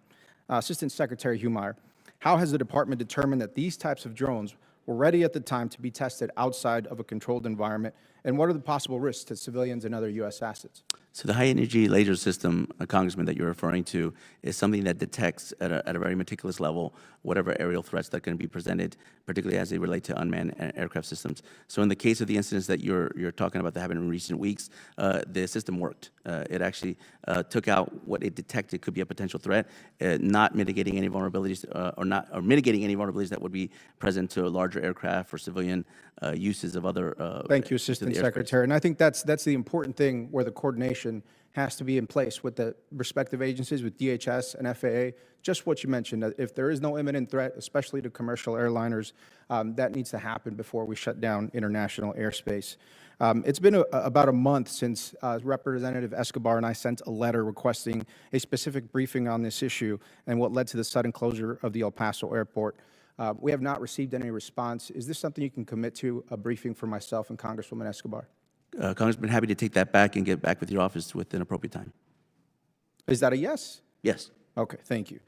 Lastly, I'd like you to pay special attention to recent letters submitted to state and federal offices by 5 Texas sheriffs regarding the proposed border wall project in Big Bend National Park.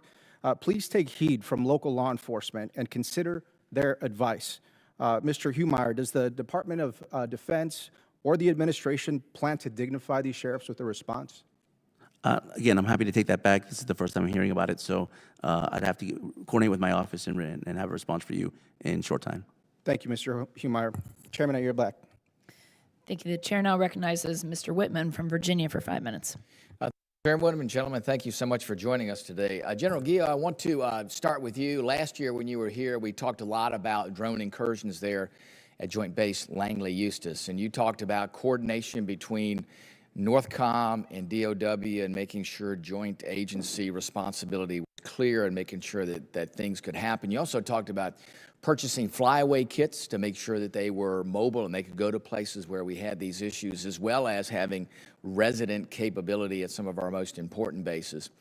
I want to get an update from you on that, and also want to ask you, too, about the importance of proliferated sensor networks. In last year's NDA, I was able to get a section in there that talked about using these sensor networks that are already at our civilian airports and making sure that we integrate them into DoD data systems so we have a much broader perspective about what's happening, especially in our efforts to counter unmanned aerial systems there. Can you give us an update on where NORTHCOM and NORAD are in using that sensor data that comes from our civilian airports through the FAA in order to get a more complete picture of counter-UAS efforts and UAS threats?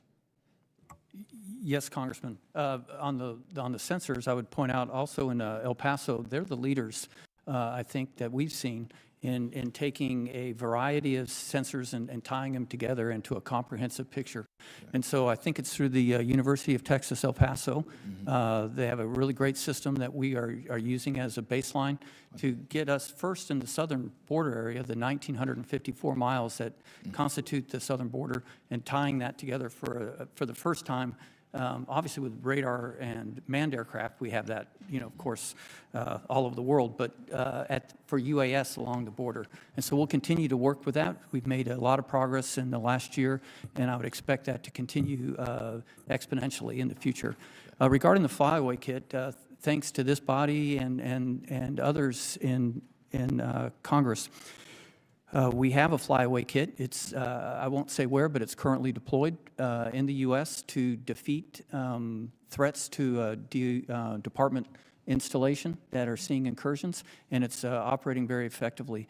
Also last year, I asked for 4 improvements to counter UAS authorities, all of which were granted over the year. So at this point in time, I have 0 requests for additional authorities, and we should get 2 more of the flyaway kits in the next month. Perfect. Thank you. Thank you, sir. General Donovan, we know how important our ARGMUs are. That's presence around the world for emergency response, for human needs, you name it, disasters, we're there on station. And we know that the ARGMU 3.0 requirement, that is being able to generate 3 ARGMUs, is incredibly important. Our amphibious ready groups, Marine Expeditionary Units, are key to our ability to project power around the world. We've seen that happening now there in in Southcom. We see there with the 22nd MEU and the Iwo Jima ARG-MEU or ARG, how important that presence is. I wanted to get your perspective on how things are underway there with this ARG-MEU.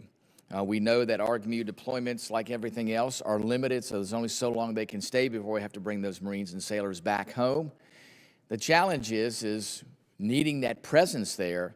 What's going to happen when the 22nd MEU comes back home and the Iwo Jima ARG comes back home? Will there be another ARG-MEU to replace that? How important it is for that replacement to take place? And what will happen if we don't have an ARG-MEU that can replace the current on-station Iwo Jima and the 22nd MEU? Congressman, thank you for highlighting and recognizing the importance of that ARG-MEU team. Really, if you think about off of the coast of Venezuela, 12 nautical miles out, like you mentioned, the Iwo Jima, I think about the capabilities we all focus on. It could be strike aircraft, or it could be that quick reaction force. I think about a Roll 2 surgical suite that is available to respond to the ambassador's needs at any time. That's unique. So as we look at the end of time, if we extend that ARG-MEU, which I've asked to extend the ARG-MEU for a couple more months, after that, what are the creative, tailored solutions we can make to make up for a lack of, like you said, that 3.0 ARG-MEU presence we call heel to toe. When one goes out, one comes in. Until we get to that point, we'll have gaps, and those are significant gaps, because that ARG-MEU is the true Swiss Army knife inside the department. Fantastic. Thank you, Mr. Chairman. With that, I yield back. Gentleman yields back. Chair, and I recognize the gentleman from California, Mr. Cisneros. Thank you, Mr. Chairman. Thank you all for being here today to answer our questions. General Donovan, look, I've always been a proponent of showing the flag, and I always thought we should send more ships down into the Southcom area there, to kind of build up relations, kind of similar things that we've done around in different parts of the world, including Asia. I think we do need more ships down there. We do need to have more visits into our Latin American countries there to make sure that we keep up good relations. It's always important to do that. Although I'm not sure that we need them to kind of be carrying out law enforcement missions as what has been doing, especially with these kinetic strikes, which has varying legal issues attached to them. At the same time, using very expensive munitions to kind of carry and take them out when there are other alternatives I think we could be doing. So General Donovan, how much would a larger Coast Guard presence there actually in the area help benefit and kind of work towards that mission of actually, which is probably their duties, carrying out law enforcement? How could that serve to deter the drug problem that we are trying to solve here, of drugs coming into the United States? Would you support a larger Coast Guard presence there? Congressman, absolutely. And the Coast Guard Commandant and I have been talking about that very thing, because the Coast Guard, such a powerful capability with that both law enforcement capability and an operational tactical that we can bring, and partners really want to have that Coast Guard touch point. So we're in active conversation with the Coast Guard to do so, Congressman. Well, thank you for doing that. And so, Mr. Humeri, hopefully I said that right. Secretary Rubio, Secretary of State Rubio, had said that a lot of these kinetic strikes are really, they're a deterrent. It's helping propel the drug trafficking coming into the United States from these Latin American countries by doing so. Now look, we could shoot suspected criminals dead on the streets here in the United States, and that would be a deterrent to reduce crime here in the United States, but it doesn't necessarily mean that it's legal in order to do that, and neither are these strikes. So how is the department justifying these kinetic strikes at a time when we should be using the Coast Guard, who has the authority to kind of do law enforcement, to do investigations, could seize the phones, could seize ledgers, could see, look at GPS data, could get the drugs that are actually there, right, and take this as evidence in to prosecute individuals later on down the road. Why are we not, or why have we not been using the Coast Guard more in order to do this mission? Well, thank you, Congressman, for the question. We have been using the Coast Guard. Interdiction's been going on for decades inside Latin America. Last fiscal year, we had record seizures on interdiction, but interdiction is I know, necessary. but we've made a decision to blow these vessels up, Correct, boats Congressman. up, rather than to kind of pursue the legal Coast Guard, Correct, and I which can is- explain that interdiction is necessary but insufficient. Deterrence has an additional effect, a signaling effect on narco-terrorists to raise the risks associated with movements. But And we've seen deterrence- 20% reduction in the deterrence is not- Caribbean yeah. and a 25% reduction in the Eastern Pacific. You can make the argument for deterrence this whole time about like, oh yeah, we're deterring them, but that does not make it legal. So I think this is something we need to go back, the Department of Defense needs to reevaluate, right? Just because we can deter a crime by doing a certain thing and blowing up a vessel, that does not necessarily make it mean that, okay, it's a legal way of action that we can pursue. And so that needs to be kind of continued to be reevaluated, which is why we need this larger Coast Guard presence. Congressman, we've been using interdiction for I'm- the last I'm good. 20, I'm good 30 there. years, We're and done. they haven't had the same results as we Now had. my questions are done. I'm reclaiming my time here. Gio, I asked this question last year, and I'm going to ask it again. The Russians continue to kind of test the ability of kind of flying into the Alaskan airspace there. They're continuing, trying to push us to see what we can do and how far they'll go. And at the same time, the ice melting, the opening up sea lanes in the northern polar regions there are continuing to increase traffic into that area. So over the last year, what is the increased threat in that area with the increasing of the opening of the sea lanes, the Russians continuing to push this? How are we deterring that? Congressman, you're right. The number of incursions by Russian aircraft into the ADIZ has increased over the last year. It's on a trend. Gentleman's time's expired. Chair recognizes the gentleman from New York, Mr. Ryan. Thank you. Thank you, Mr. Chair. Thank you all for being here. General Guio, I want to thank you for following up aggressively with our team, specifically around issues that I know have been brought up on drone and UAS. Your team has been phenomenal working with us on the incident that happened at Stewart Air National Guard Base in my district. Your testimony last year, we talked about the 130I, and I just want to commend you and your team and everybody on the committee, all working together to address that issue, and we appreciate that. I want to thank you for that, sir. Obviously, there's a lot more to do, but let us know what you continue to need on that. I want to use the remainder of my time to talk about something that a few colleagues have hit on, but I think is deeply concerning to a lot of folks, which is the continued deployment of U.S. troops, both federalized Guard troops and active duty troops domestically, which I think we all know, if we're honest with ourselves, is not only legally wrong, but just wrong in our guts. Assistant Secretary, since June 2025, the administration has deployed over 10,000 federalized Guard troops and active duty Marines to 6 American cities: LA, DC, Memphis, Portland, Chicago, and New Orleans. I would note that half of them were directly over the objection of local law enforcement, elected officials, governors in those areas. I would also note that the CBO puts the total cost through December 2025, I'm sure it's higher now, at $496 million, $500 million of hard-earned American taxpayer dollars. A Senate committee report estimates the DC deployment alone will cost $332 million through February of this year, 2026. In LA, and I think this merits special note, and I know Mr. Whiteside's hit on this, this wasn't just the Guard.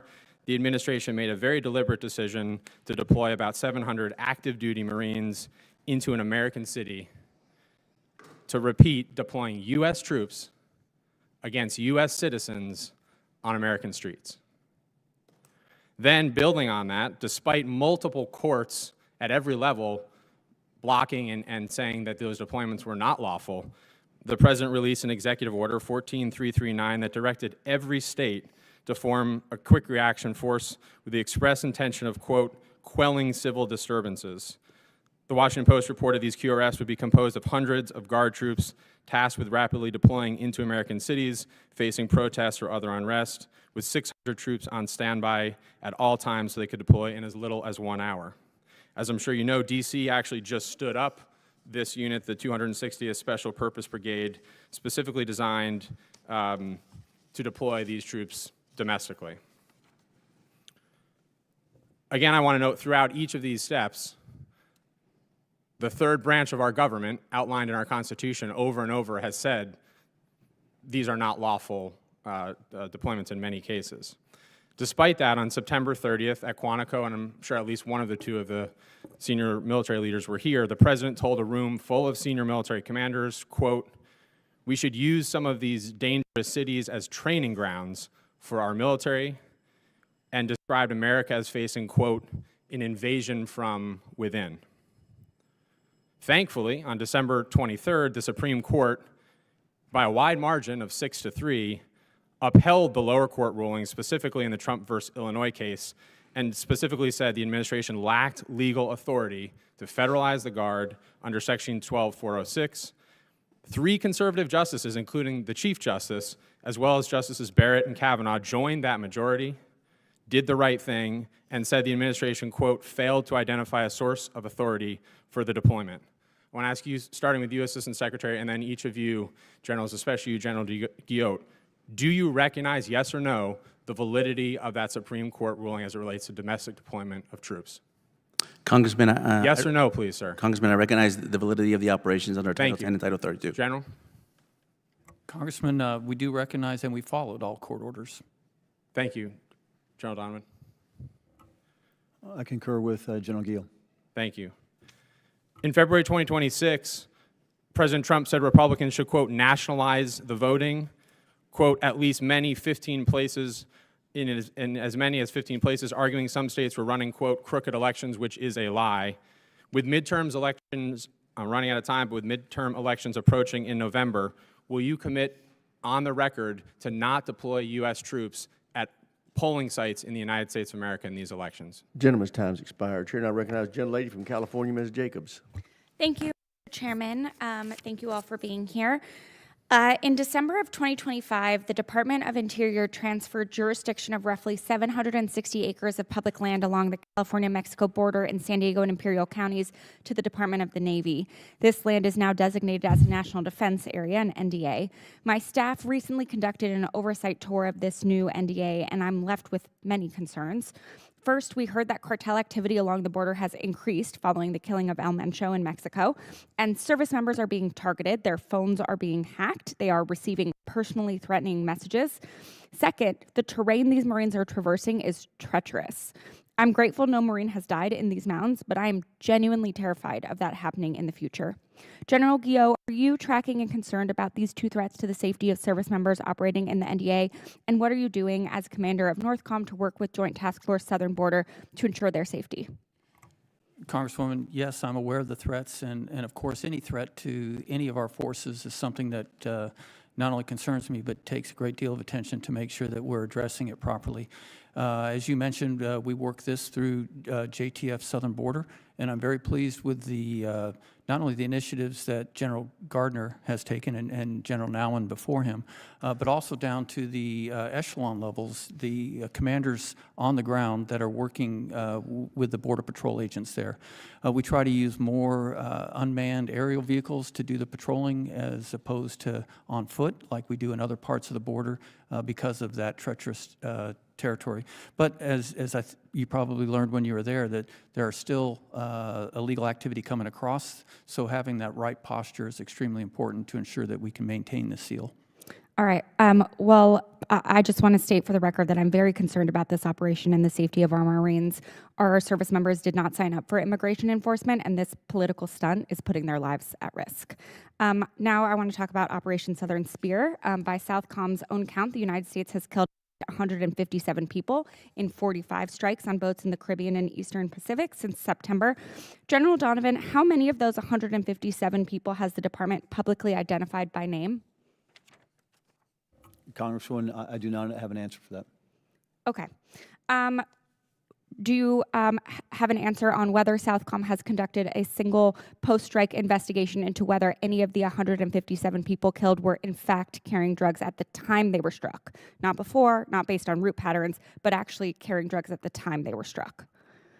Congresswoman, thank you. And then actually in front of me is your note you sent to the command, which I've actually used in not only prep for this testimony, but actually to understand our CHIMR program and how we're going about this. I will hold that we mitigate all harm through our targeting and planning process. But as far as names, specifics, release, I can't tell you right now. I'm learning the process, but I will tell you that I have reviewed, and that's why the question back to you, Congresswoman, are you speaking OSS or OAR, the number of casualties? Is that combined, or are you parsing those out, Congresswoman? I'm parsing them out.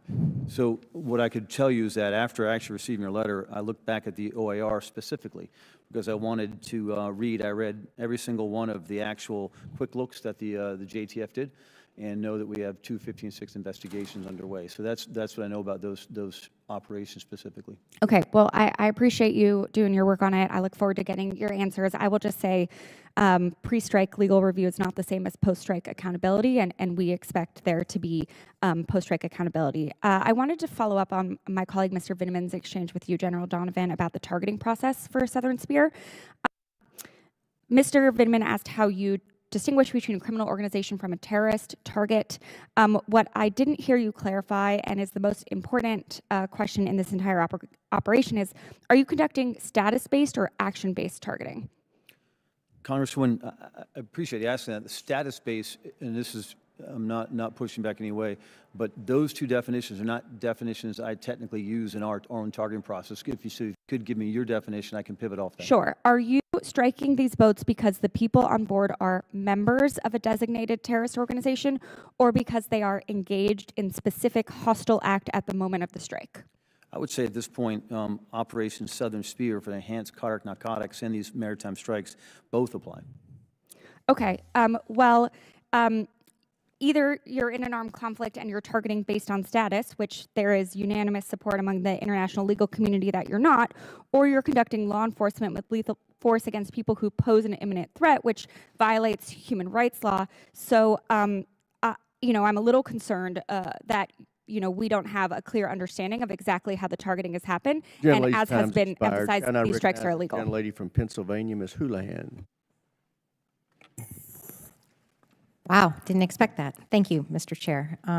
I'd like to follow up on Mr. Ryan's question, and he specifically was, as you might recall, recalling the fact that the president said that if the states can't run elections properly, that the federal government should intervene and potentially take over.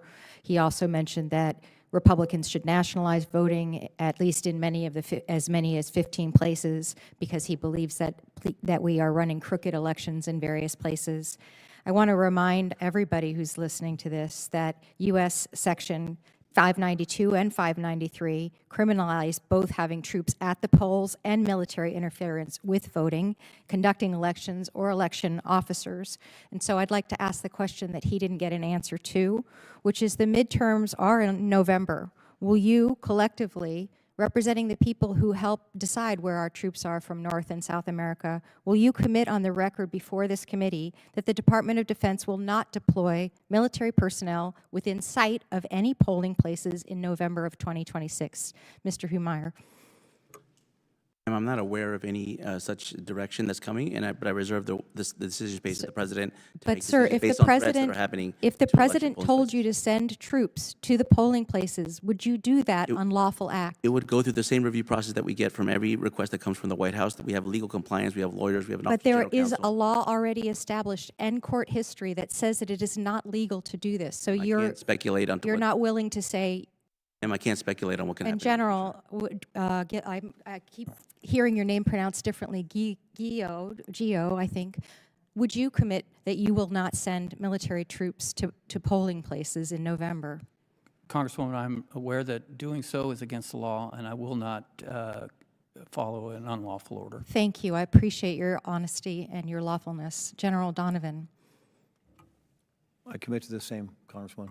Thank you. I very much appreciate those straightforward and forthwith answers, and I hope, Mr. Humeyer, that you take a look at the law and follow it, a lawful order. I will pivot right now to General Gio to talk to you a little bit about some of the assets that you have. You have a lot of assets that I would consider to be pretty exquisite in terms of airborne ISR. Very, very important things like P-8s as well as U-2s and RQ-4s are things that are available to you.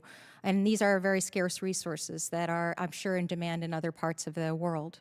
And so many of these resources have been used recently in your command about the border, on the border, rather than being used perhaps in the Indo-Pacific or the Middle East or Europe. As much as every commander would want more of these resources, do you think that this is sort of overkill at this point in time? And do these resources perhaps need to be redeployed to other areas? Congresswoman, I agree with the importance of the airborne ISR, and I do not think it's overkill for our mission. In fact, we could use more, but I would like to point out that within the authorities that I have under the GFM, I have shared those assets with CENTCOM, with Southern Command, Indo-PACOM, and with EUCOM, making sure that they're used in the place where they're needed most at the time, while I continue to conduct the missions that have been tasked of me to ensure that we have a seal of the border and can counter cartels. I totally appreciate that, and in fact have heard about that as recently as a trip that I took up to Iceland, where I know some P-8s have been deployed to other places most recently, and I appreciate the sharing. It does feel a little bit that you must feel conflicted, though, when you have missions and things to accomplish within your own AOR and you're being asked to send your assets other places. How do you reconcile that when those things are heating up as much as, for instance, Cuba will or could? Congresswoman, first, I share your admiration for the P-8. It's a fantastic aircraft that has helped us quite a bit. I just try to take a global picture of the environment and see what homeland implications are tied to the other AORs, and sometimes using those assets forward is actually the best defense to address them further away from the continental U.S., which is why I'm willing to share when necessary. And then with my last seconds, these particular assets have the ability to collect, as I've mentioned, exquisite information. How do you make sure you don't collect it on U.S. citizens when you're at the border? Congresswoman, I'm very aware of the intel oversight requirements, and we follow them very, very strictly. Thank you. I yield. Gentlelady yields back. Chair, and I recognize the gentlelady from New Hampshire, Ms. Goodlander. Thank you, Mr. Chairman, and thank you to our witnesses for being here today. General, thank you for your service to our country, and thank you for your very clear commitment to uphold the law and to honor your oath to our Constitution. I hear concerns from my constituents every single day about domestic deployments of the military, particularly in the lead up to the November election, and I appreciate your commitment to upholding the law. We have no more solemn responsibility. I want to begin by asking you, General, about Operation Absolute Resolve. Can you explain the rationale and objectives of Operation Absolute Resolve?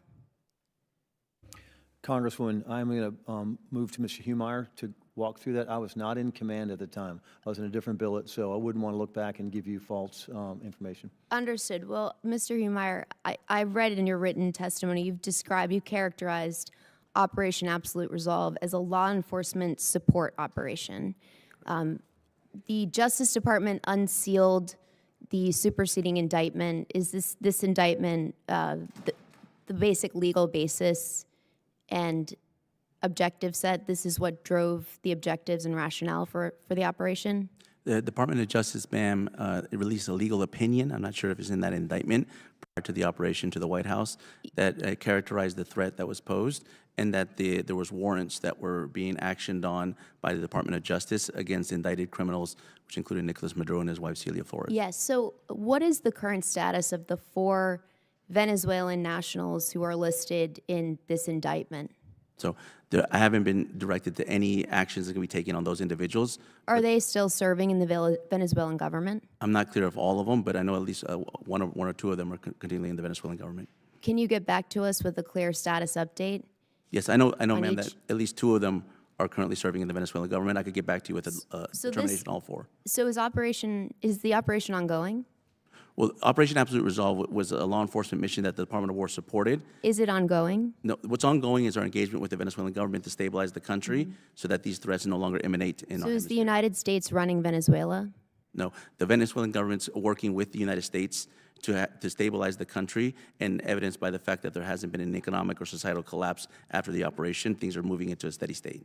So indicted individuals in this indictment right here, this indictment, which was the basis of our military operation, are still serving in the Venezuelan government. Ma'am, I'm not looking at that indictment, so I don't know what individuals we're talking about, but what I will say is that that's a law enforcement decision, not a Department of War decision. We were asked to support the law enforcement after going specific individuals that were indicted under our laws. General, do you know the cost of this operation?